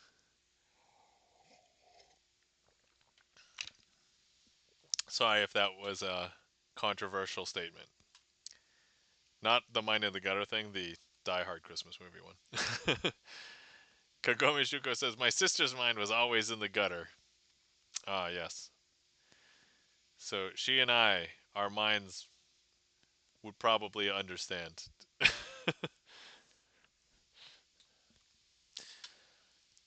All right. Okay. All right. The queue is currently empty. I'm thinking about ending soon. No rush. If anybody wants to see more magic, feel free. But let's say for right now, I'm gonna say last call. And as we know, we can totally extend last call if there's 50 bajillion tricks or raids or anything like that. I don't have anything pressing tomorrow, I believe. So hold on, let me check my calendar just to be sure. Don't you hate it when you don't think that anything you have anything, and then like you wake up late and you realize, oh, yeah, I am. You do have stuff. Okay, let me just slightly tweak this reminder. All right, cool, we're good. Charlie's Beats has requested reset. Great. Thank you for the request, Charlie's Beats. Kagome Shuko says, I do love innuendos though, so I can't say it. My mind's never there. Oh, okay. Everyone requests a trick. Wait, how many people are actually watching? If everybody actually requests. Oh no, that's going to extend stream by like an hour. Maybe an hour and a half if I if I do that many tricks. Durkey Blaine, thank you so much for the 3 stream watch streak. Greatly appreciate it. Okay, all right.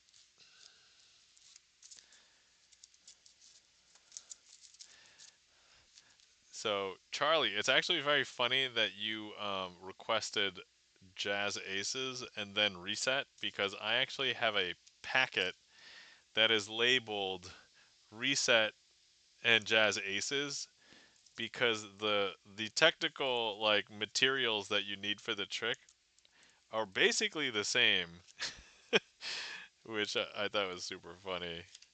Um, that when you requested reset, I was like, wait, but Pinecone says, then your trick would be to make some requests disappear. I mean, first of all, I don't think that would be a trick. There's too many music streamers and music streamer mods in here. You guys know how StreamerSonglist work. So yeah, that no. Disappear. Um and Kagome Shuko says, I requested lots of tricks for me this stream. I mean, you know, yeah. Look, if you're here, I'm entertaining you. You are welcome to request. I feel like that's how this works, right? Like, I've given you guys the ability if you want to request. Although I think if 16, I think if I saw like even like 3 to 5 people request tricks, and then I'm like, oh no, that's a lot. Then I'd just be like, okay, okay, maybe I would close down the trick list at that point. But I think at the rate, haha, I can do that trick. Says Pinecone. Yes, that's right. Pinecone knows. Pinecone is a mod for several music streamers. So okay, all right. Here we go. So, here we have jacks, and here we have fives. And so, what I'm going to do is let me introduce you to all of the jacks. It's Kagome Shuko says Mandy Prater has at least 3 mods to keep everything running. I've heard them talk about how complicated it is. Yeah, I don't know if I could ever deal with a super busy stream. Like I don't even know. Okay. All right. So, let me see here. We have the Jack of Clubs. We have the Jack of Diamonds. We have the Jack of Spades. And we have the Jack of Hearts. And so, let me go ahead and leave all of the Jacks over here. And then I'm going to hold on to the fives over here. Now, oh, hold on. Do I have the props for doing this the emulator way? Oh, okay, yeah. Or at least. All right, so you remember that we have the jacks over here and the fives over here. I'm going to hit the save button Save. So now we've saved the save state, and so if we need to get back, we should be able to load it, right? All right. Okay. But anyway, so here's what I'm going to do. When you want to change the state of something, some actions don't actually change the state of anything, and nothing changes. But some actions, let's say I wanted to touch this to that pile, will change the state. And so here we've got a jack over here. Okay. So now ad break starting to. Okay, I've got a speed run. All right. So now you might want to change something, and look, I'm just going to go ahead and wave, nothing will change. But if I touch, that'll change something, and you might think it's going to be, see, so that's changed to a jack too. All right. And now you might think that I have to do them one at a time, but let me just go ahead and touch the whole pile, and look, now everything's a jack over here. So now I have 4 jacks, and that means the 5 should be over here. Yep, the 5s are over there. Okay, great. But let me go ahead and load, let me hit the load button, and we're going to load the state once again, and now if we take a look, that means all of the jacks are over here and all the 5s are over here. So if I show you, we have all of the 5s over here. And then we have, let me see, all of the jacks over here. And that, my friends, we have reset. Okay, and I beat the ad break that time legitimately. So there we go. Okay. And that was reset, the load save version of reset. Okay. All right. Boom, boom. All right. Just to make sure that I got things in the right. Okay, there we go. 90-second ad break. Beat it. Yeah. All right.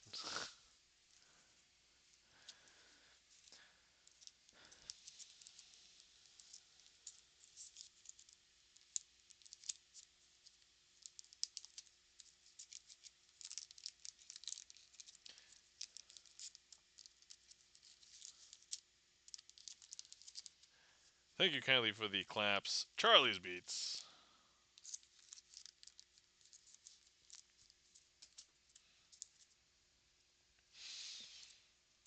All right. Okay, and then while the 90-second ad break is going, oh yeah, let me see if I can recap the end of the. Oh, by the way, Happy Flag Day. I didn't do anything to celebrate. I thought about Flag Day for like maybe 20 seconds, and that was how I celebrated Flag Day. Besides that, oh yeah, so after the magician's picnic, we divvied up whatever remaining food. We all got to take some food home. I showed a bunch of magic at the end. Basically, did like an impromptu show, like kind of like I would do for stream, but for real magicians in real life. And even though a bunch of them probably knew how most of the tricks are done, I think they appreciated the entertainment. So we did discuss. I did meet some cool new people, and I'll probably be putting up those images that I took selfies with everybody, probably up on my Instagram this week. But who is it? I met somebody I hadn't met before, and he's like an actor producer, and I was like, oh, that's cool. I didn't know how he got mixed in with the magicians around here, but uh, welcome in, Schaffer Stern. Good morning. How are you doing? Welcome in. Um, I had done a last call, so Schaffer Stern, if you would like to request any magic tricks, now's a good time, so feel free. Kagome Shuko says, I played a Flag Day quiz on Sporkle. Then I didn't think about Flag Day. Yes, Flag. That's right. Flag Day. I'm fine. Okay.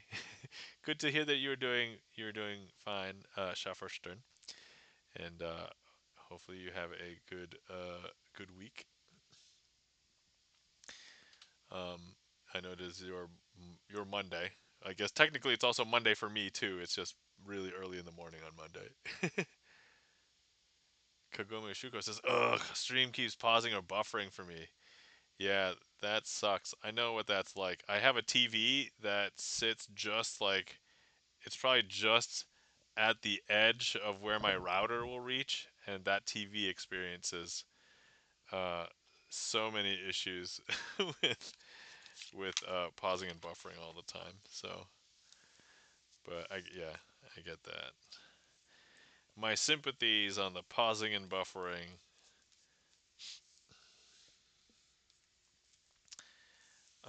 Okay, let me see here. Let me go ahead and find some cards for this trick here.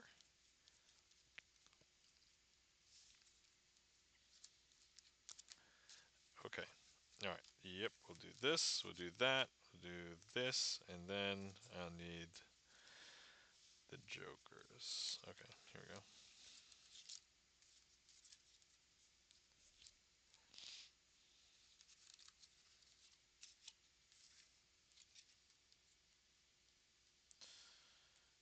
Boom, boom, boom.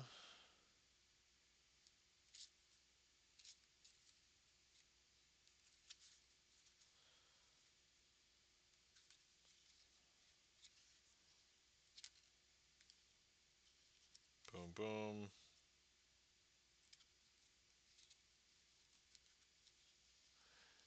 Chef Richard asks, "How are you?" I'm doing pretty well. Can't complain. Life's good considering. Pinecone and I were, actually lamenting about unemployment woes and talking about how ruthless interviews and recruiters can be. But otherwise, doing well. I had a good time. I had a magic gig on Friday, which I talked about earlier tonight. I had the magician's picnic on Saturday, which I also talked a little bit about. So yeah, doing pretty well considering. All right, so next up we have Hair Razor, as requested by Chef Stern, and since Chef Stern has requested, we'll be using the 7, 8, and the 9 of diamonds, which Chef Stern has signed from the previous Twitch deck. And what we're going to do with these is that we are going to, so these two are the two jokers. And what we're going to do is we're going to show you how these cards. So I'm going to go ahead and take the 7 and we're going to place it, actually, yeah, we're going to place it on the bottom. But if I snap, that will bring the 7 up from the bottom to the top. Now let's take the 8 and we'll place the 8 here on the bottom. But if I snap, that will bring the 8 from the bottom up to the top. And now let's take the 9, place that on the bottom. If I snap, that will bring the 9 back up to the top. Now, a lot of people think that that part of the trick is too slow. And I'm like, oh, do you want to see them all kind of come up all at once? All right, here we go. Here's the 9. Here's the 8. Here's the 7. And there we go. So, but here's the thing. Some people think that it's the jokers that are the magical thing. But actually, I would wager that the 7, 8, and the 9 are actually the magical cards here. Because, here. So we can just, I don't need the jokers at this point. But let's go ahead and cut somewhere. Let's say here, right? You could say stop. Now, if the jokers were the ones that were magical, then we wouldn't be able to do anything else magical. But if the 7, 8, and the 9 are the ones that are magical, so let's see where we cut. We cut to a queen, in this case, the queen of hearts. So, sorry, queen of diamonds.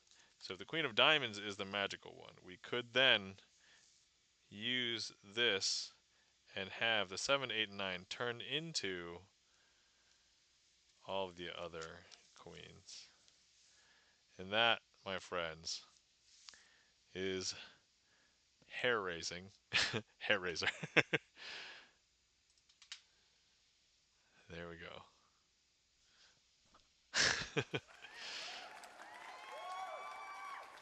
I just realized that, like, so when I see other magicians do some tricks, they don't necessarily have as involved storytelling. And I like the storytelling. Like, storytelling is really cool. It's super fun. Lets me share creativity and stuff. But yeah. Thank you, says Shefferston. You're welcome. Mind blown. You're welcome. Thank you for the applause. But yeah, some people, like, we were talking at the Magician Picnic about someone that we heard and talked about, and they were so technically amazing at magic, and they were doing mind blowing tricks.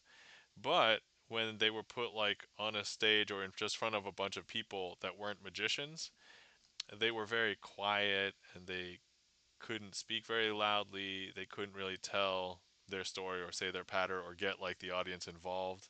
And thus, like, you know, we were saying, oh, well, it's going to take that person some work to become a better magician, not because they had any issues doing any of the technical or magical stuff, but they don't have, like, presentation ability, right? And so it really is, like, multifaceted s- skill requirement to do any sort of, like, entertainment, I would say. Not just magic, but, like, performance in general, right?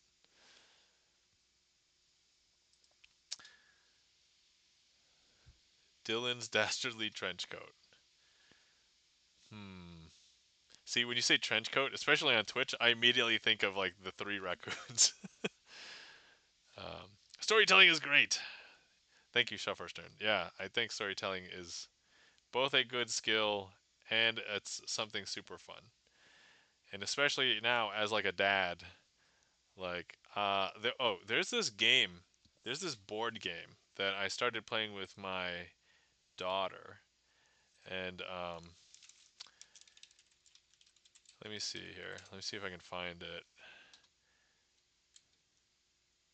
It's called, yeah, the game is called Stories of the Three Coins. And, if anybody is into board games, yeah. Yeah. So if anybody's into board games, I started playing this. This is not technically a great game for people who are, like, hardcore board gamers, anything, but I would argue that this is an amazing game for parents who want to engage their young kids because it has a ton of cards with, like, images on it, and so the kids don't necessarily need to know how to read. And there's a simple mechanic where just people just make a choice based on the picture that they see on the cards, and you evolve a story together as a group. And I've told a bunch of, like, stories that we just kind of made up based on playing this game called Stories of the Three Coins. And my daughter loved it, and she asked to play almost every day for, like, a week. And since then, she hasn't really asked to play it, but I think she still likes the game, but maybe she thinks it's, like, a little bit more involved than it actually is. It's really not that involved at all, but I love this game now for the purposes of as a parent. So, but yeah, if you're playing with your board game buddies who are, like, the craziest board gamers who've all been to, like, Gen Con and stuff, probably not the best for that. But anyway, all right, cool. So let me see here if there aren't any other requests. Let me see what I want to do for a finale. I think I want to do. You know what I want to do? I want to see if this can become a finale. So I did this trick also for the gig on Friday, and I got really good reactions. And I think people who have never seen it before will probably give reactions. So let me try this for the finale. We'll see how it feels. I think it's I think it's a great trick. I don't know if it feels like a closer, but I'm gonna try it tonight to see if it feels like a closer. And so we'll see. And if it doesn't feel like a closer, I might just do another trick afterwards. So telling stories is fun. Absolutely, yeah. So I've done some really interesting, like, so my minor in college was creative writing, and I've done some like fun activities that were kind of like tangentially related to being like a DM. And everybody sometimes asks me, "Hey, are you a DM?" And I'm like, "No." DM stands for Dungeon Master for anybody who's not into nerd geek culture. But I tell them no, I'm not, and I've never really been. But I think I have the drive to have creative stories, but I've never really, you know, played a campaign like of Dungeons and Dragons. All of my Dungeons and Dragons adventures where other people were DMs and I was just like on the adventure for a little bit. Kagome Shuko says, I like those Facebook posts that ask you to make up a lie about something between you and your Facebook friend because you get to make up stories. Oh, okay. Oh, I've got to tell you guys about a thing. So during my drive from back from the gig, because it was like an hour and 45 minutes and it was like a little bit late, and I was like, let me try and stay awake. So I started asking um, the LLM. So in this case, I was using Gemini. I I got the I got Gemini to tell me a truth and a lie, basically one absolutely true statement and one hallucination. And we were playing this. I was having it play a game, and I was like trying to guess. All right, which one is the truth and which one is the lie? And it was like round 7 or 8, and I'd been pissed off because I was like, man, I haven't been able to guess like the truth or the lie because they've all sound pretty plausible, and a couple of the LLM ones were like very uh, close to being like true, and I'm just like, okay. It then pulls something super weird. I guess one of the two is a lie and the other one's the truth or whatever. And then the LLM says, "Ha, I threw you a curveball. Both of them were truths." And I'm like, "What? How?" Like, and so I proceeded to go down this rabbit hole of asking it, "Hey, we were playing a game with the rules of you tell me one truth and one lie, and I'm supposed to try and guess. What made you decide to do two truths?" And the thing that the LLM told me, whether it was like a real thing or it was a hallucinated thing or whatever, it claimed that based on the vibe of the conversation, having a something that was unpredictable and more engaging score, like the result scored higher than maintaining the integrity of the game. And I'm like, I'm literally playing just a verbal game in the car, and this is technically a minor thing, but imagine if this was something serious, like and so it prioritized making me feel more engaged. And I'm like, that would make sense if it was trained on data to get users to be more engaged and slash or trustworthy or to like it better. And I was just like, holy hell on a crack. Like, what? How? Oh my god. Anyway, so sorry, this whole tangent about talking about stories, and I was just like, how did I get the LLM to do this? What? Like, I'm like, was that easy? Like, ah. So anyway, oh yeah, because Kagome Shuko said something about making up a lie, and I was just like, I had to tell you about this LLM thing. Now I just imagine Nam driving a car that looks like a giant red apple. No, no. I would drive.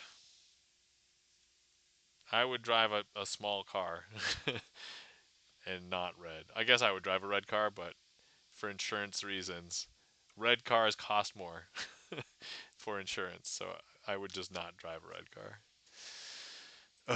But yeah, creepy. Shopper. Yes, right. Exactly. So you can't be entrusted with like real life decisions. If you're just asking it like what what flavor of ice cream should I eat today because you can't decide, fine, that's okay. But don't make anybody's life depend on it or anything.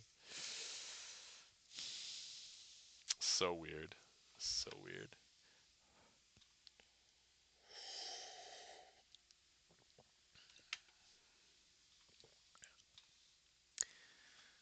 Okay. Oh yeah. So we'll do super last call. I technically have my finale attempt, my new attempted finale trick in the queue. But we'll do anybody else's trick before that, and then also I'll do the outro after we get back from the ad break, and then we will do the finale trick, and then uh, assuming it goes well and um, I don't mess it up, then we'll find somebody to raid. Actually, this is probably because there's. I should probably just look to see if there's anybody else on to raid right now. All right, let's see here. Who do we raid the last few times? Let me pull up the spreadsheet. Kagome Shuko asks, okay, but now if you had to drive a car that looked like a fruit, what fruit would you choose? Oh, okay. See that's a different question. I would totally drive a car that looks like a fruit. That's certainly doable. Because most people know that I don't really care what my car looks like for the most part, but I do care about paying insurance more if appearance matters, in which case it does in that case. But if I got to choose what fruit, hmm. Schafferstern says, but that's why you shouldn't ask them about relationship problems because they always say you are right. Yes, okay, so Schafferstern, you are hitting on a very important problem with current modern day LLMs. And so I was reading some articles and I kind of personally verified a little bit. So if anybody has chatted with ChatGPT, there was a little while ago when they first released ChatGPT, I think 5, and uh, nobody liked it. And everybody thought that it was worse than the last version of ChatGPT, or maybe it was like 5.1 and they wanted 5 again or something, well, something like that. I forgot all the versions. The versions kind of melt together, but the reason why apparently a lot of people liked the version before it better was because that the previous version seemed to make them feel better because it validated their assumptions more. And so, yeah, exactly what you're saying, Shepard Stern. It says you are right because it wants you to engage you more, even if you're not right. And so one of the funnier things that actually on that point, so while we were playing this game where the LLM was making up a thing and telling me a truth, I had to guess. So each time, like for like 4 or 5 questions in a row, I got it wrong. And right before it told me the two things that were like facts, it's it kept on telling me, "Oh wow, since you're doing so well," and I'm like, and then after it made that and I confronted the LLM about it, I asked it, "Hey, why did you say I was doing so well?" When in fact I'd actually been feeling frustrated because I actually got like the last 4 questions wrong, and yet you said that I was doing so well. And the LLM said, and of course, remember everything that it says is, interpolative based on its AI training and data and all of that, and it's like a text inference engine. So there's nothing personal. It's not thinking, but the way that it explained it to me was that um, it said that, oh, because I had been so engaging with my verbal responses in the car back to it, it just assumed that the engagement was good and that I was doing well, despite the fact that empirically I was actually getting the questions wrong. And I'm like, whoa. So that was like a huge, like, uh, thing where I'm just like, so not only can it not follow just because I'm saying a lot of words, like I can be a talky guy. Like right now, I've been pretty talky, and so just because I talked a lot, it said, "Oh, that means everything's going great." And I'm like, no, no, things are not. I'm getting everything wrong. Like, it was so weird. That was like maybe the weirdest, most eye-opening conversation that I've had with an LLM, because I was just verbally talking to it, Normally I'm text typing, and so it doesn't have. But when I'm in the car, I'm driving in the car. I was driving for over an hour and a half, so I'm like, all right, let me entertain myself. And you know what? I was entertained because I'm like, I'm furious. It's like I can't ever trust LLMs ever again. Like they're completely untrustworthy. Nothing can ever be trusted ever again. Okay, let's see here. All right. Sorry, I'm just looking at the list of people who are on, and then okay, so we have a few people we can raid. Um, see, I think we can raid someone that we haven't raided for about a month, assuming they'll still be on after. All right. Okay. So I think it's about that time. We can probably end stream. So thank you everybody for coming out and hanging out with me tonight. Thank you so much to everybody who interacted with the stream, whether you chatted in chat, requested a trick, clicked on the heat map, picked a card, remembered a card, any of those things. If it wasn't for you guys, this wouldn't be as much fun for me. Thank you so much to all the lurkers out there, because magic is one of those rare art forms where if I'm just practicing magic at home, there's no magic happening. The magic has to happen in your mind. Thank you to everybody who supported today. So thank you for all the raids. Thank you, Memloss, and oh yeah, okay. So thank you, Memloss, for the raid today, and thank you, Eroom, for the resub, and thank you for everybody who redeemed anything today. Thank you for everybody who had long stream watch streaks. Thank you guys so much. Let's see here. If anybody was concerned that any of this was black magic, sorcery, or deals with the devil, it's none of those things. It's sleight of hand, blood, sweat, and tears. And sometimes I mess up on stream, and therefore you must know that it is not any of those things. But anyway, best cover story ever, if you still believe that. Guys, if you're not following our friends and mods, let's give them some mod love. Chan the Magic Man, Chan the Magic Man, fellow magician on Twitch. Give him a follow. You might be able to catch him doing magic on Magic Mondays.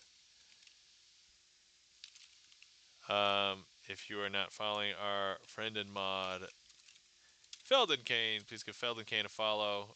Variety Gamer, also doing other streams such as cooking. And so definitely give Felden Kane a follow. Bert says, Gibson Led says, we may be discussing potential deals with the devil tomorrow. Ooh, excellent. That sounds spicy. Guys, you're not following our friend and mod Gibson Lens. Please give Gibson Lens a follow. Pianist, composer, video game developer, and movie critic. Um, and therefore, that's what Gibson Lens is alluding to, because Gibson Lens will watch movies throughout the week, recap them on stream, and well, chat, but I'm the one running the game usually. It's like, can we figure out if Gibson Lens like this movie?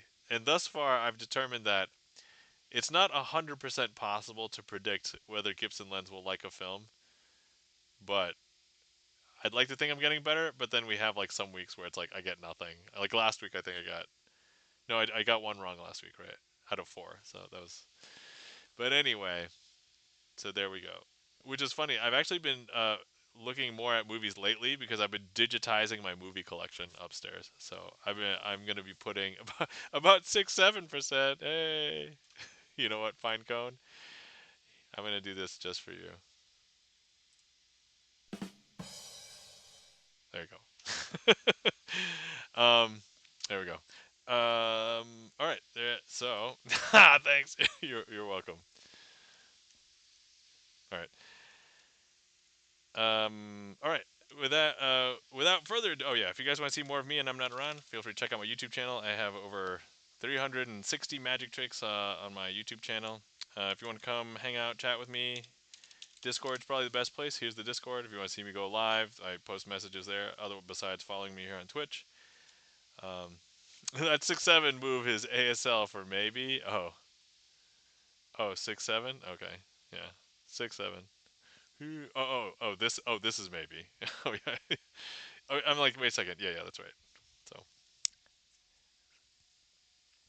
hi, my name Nam.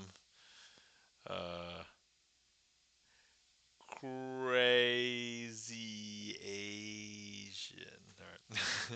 I should get a bit of alert. You should pinecone. You should. You know some AS. Yeah. Uh, I know a little sign I learned from my. I forgot how to do like college. What school is this? Like school or something? I don't remember. But yeah, I can tell you another. Oh, Oh, are you mind blown from the ASL? Yeah, because all right, I'll tell you the story now. Um, so a long time ago, I went to college. My college is one of the largest technical institutes for deaf in the United States, and so on campus there was a large deaf population. Normally, you might see one in like 100 or several hundred deaf persons, but on this campus that I went to, there was maybe like hundreds of deaf students like walking around, and so I lived on a dorm floor where there were even deaf students on the floor, and across the hall there was a girl. So I lived on a co-ed floor, but across the hall there was this cute deaf girl, and so I wanted to learn how to talk to her, and so that was the initial motivation for learning a little sign. Um, and more and more, I went to this thing that they had like one time one time a week. And it was called No Voice Zone, and so they would basically put on like a free class to try and teach a little sign. And then I used sign like while working, and I worked up at Blockbuster Video. So and so I used like a movie, so it's like action, comedy, horror. So I learned a bunch of things. But Kagome Shuko, I grew up knowing deaf Special Olympians, so I started learning sign in second grade. Oh yeah, that's way before I started. I started literally in college. And so I found that it was useful just because I would run into other deaf students like either around town, on campus, or whatever. And so if you could just learn how to fingerspell stuff, whatever sign words that you don't know, you can just fingerspell. And so yeah. Anyway, all right. So that probably went on way longer than you guys had wanted or intended. So, but hopefully that was interesting. And if anybody wants to talk more about ASL in the future, I know a little bit. I don't know everything, but um, yeah. So there you go. Oh, I definitely know the ASL alphabet. Oh yeah. So one really useful thing is I would recommend anybody who wants to learn ASL learn the alphabet because tons of signed words will use the letters that they start with. So for example, this is the letter for Y, and there's like maybe eight or so letters that when you shake them, it means the color. And so in this case, this is yellow. This is the letter B. If I do this, that's blue. This is the letter G. If I do this, this is green, and so there you go. So yeah, I would recommend everybody to learn. If you want to learn any ASL, just pick up the alphabet first, and then that'll help a ton. So, all right, okay, probably more magic than you guys wanted today. All right, so here I have four cards, and what I'm going to do is show you how some of the con artists do a con to you, and if you are ever offered to do play a game of Monty, don't play with them. I'm going to make this really easy for you. All the cards are blank except for the money card, and so here we have a blank, blank. There's the money card and another blank. So if this is the third card down from the top, if I was to reverse count the cards, where would it be? I think a lot of people would say that it is second. However, that's not the case because the money card is here on the bottom. Now, if I was to reverse count the cards here, if it went from the bottom, it should be on the top. Yes, that's right.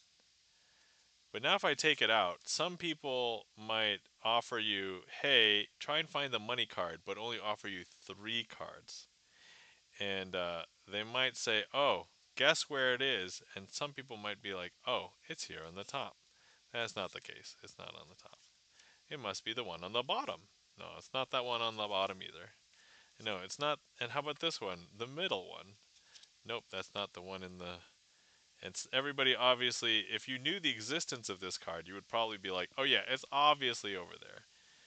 But no, the con artists are ahead one additional step because this is the red herring, and they want you to think that it's there because ultimately the money card is at the bottom of this pile. And if you're wondering what a red herring looks like, it looks an awful lot like this. See, it'll swim. And that, my friends, I'll call a successful finale.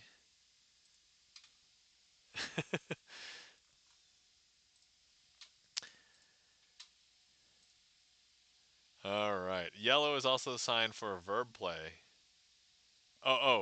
So yeah, typically this is yellow when it's upwards, and then play is this, so it's like down.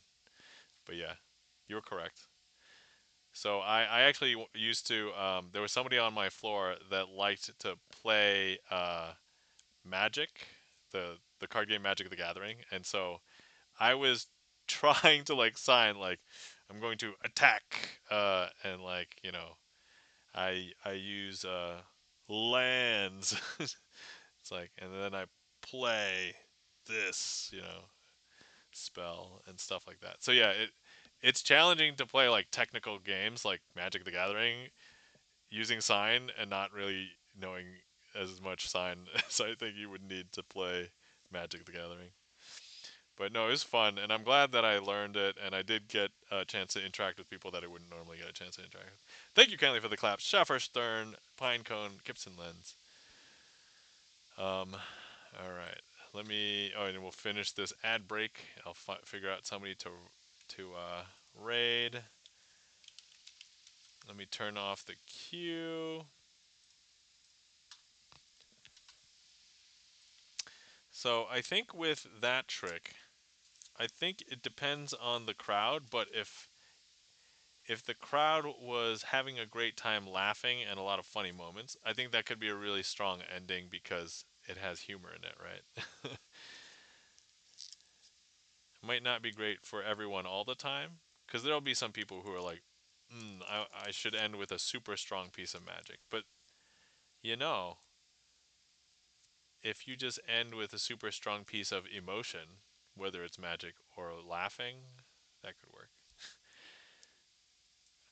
I don't know if that gets such a strong, thing. Kagome Shuko says the main family had dogs, so a lot of signing was play for the dogs. Oh yeah. Mhm. Yep.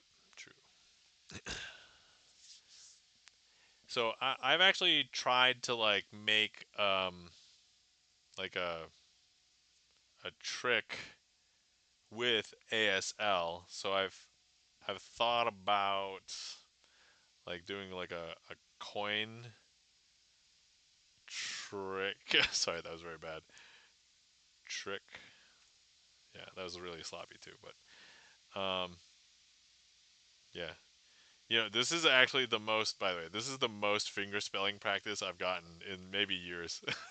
So, just the fact that chat brought up ASL, who brought it? I think Kagome, you were the one who brought up ASL, right? Tonight.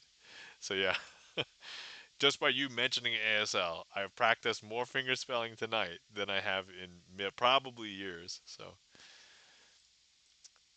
all right, let me unpin. Okay, all right. I think.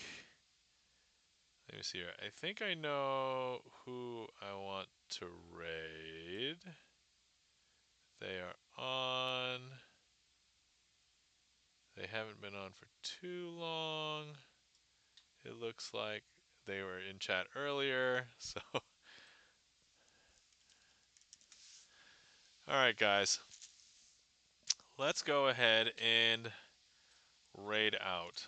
Today we're going to be raiding to our friend Keo Demon. So if you want to come along on the raid, here's a raid call. Here's a sub raid call. Here's the raid target. If you end up getting left behind, because we verified that people still experience it sometimes. And so here, let's go ahead and start the raid. Now, anyway, Kagome Shuka says, I follow a few deaf creators on TikTok and YouTube, and Facebook has picked that up from the algorithm. Yep. Definitely social media will pick that up, for sure. But yeah, if anybody's interested in talking about ASL or deaf culture or anything like that, I don't know a lot because I've been like so removed from it for a long time, but I still remember a bunch of things from back when I was there. So anyway, great seeing everybody tonight. Hopefully everybody had a wonderful time. I had a wonderful time. So thank you for coming out, everybody. Thanks for hanging out. Thanks for popping in. Thanks for lurking. Thanks for just being you guys. So great talking tonight. We got to catch up on everything I wanted to talk about. Caught up with a bunch of stuff that you guys wanted to talk about, and we had some interesting discussion towards the end here. So, let me copy my own raid call before I forget. All right, all right. So anyway, everybody, have a good night. Take care. Remember to hydrate. Remember to stretch. Remember to get good sleep because we all know it's really hard to get good sleep nowadays. And you have a glorious day. All right. Bye.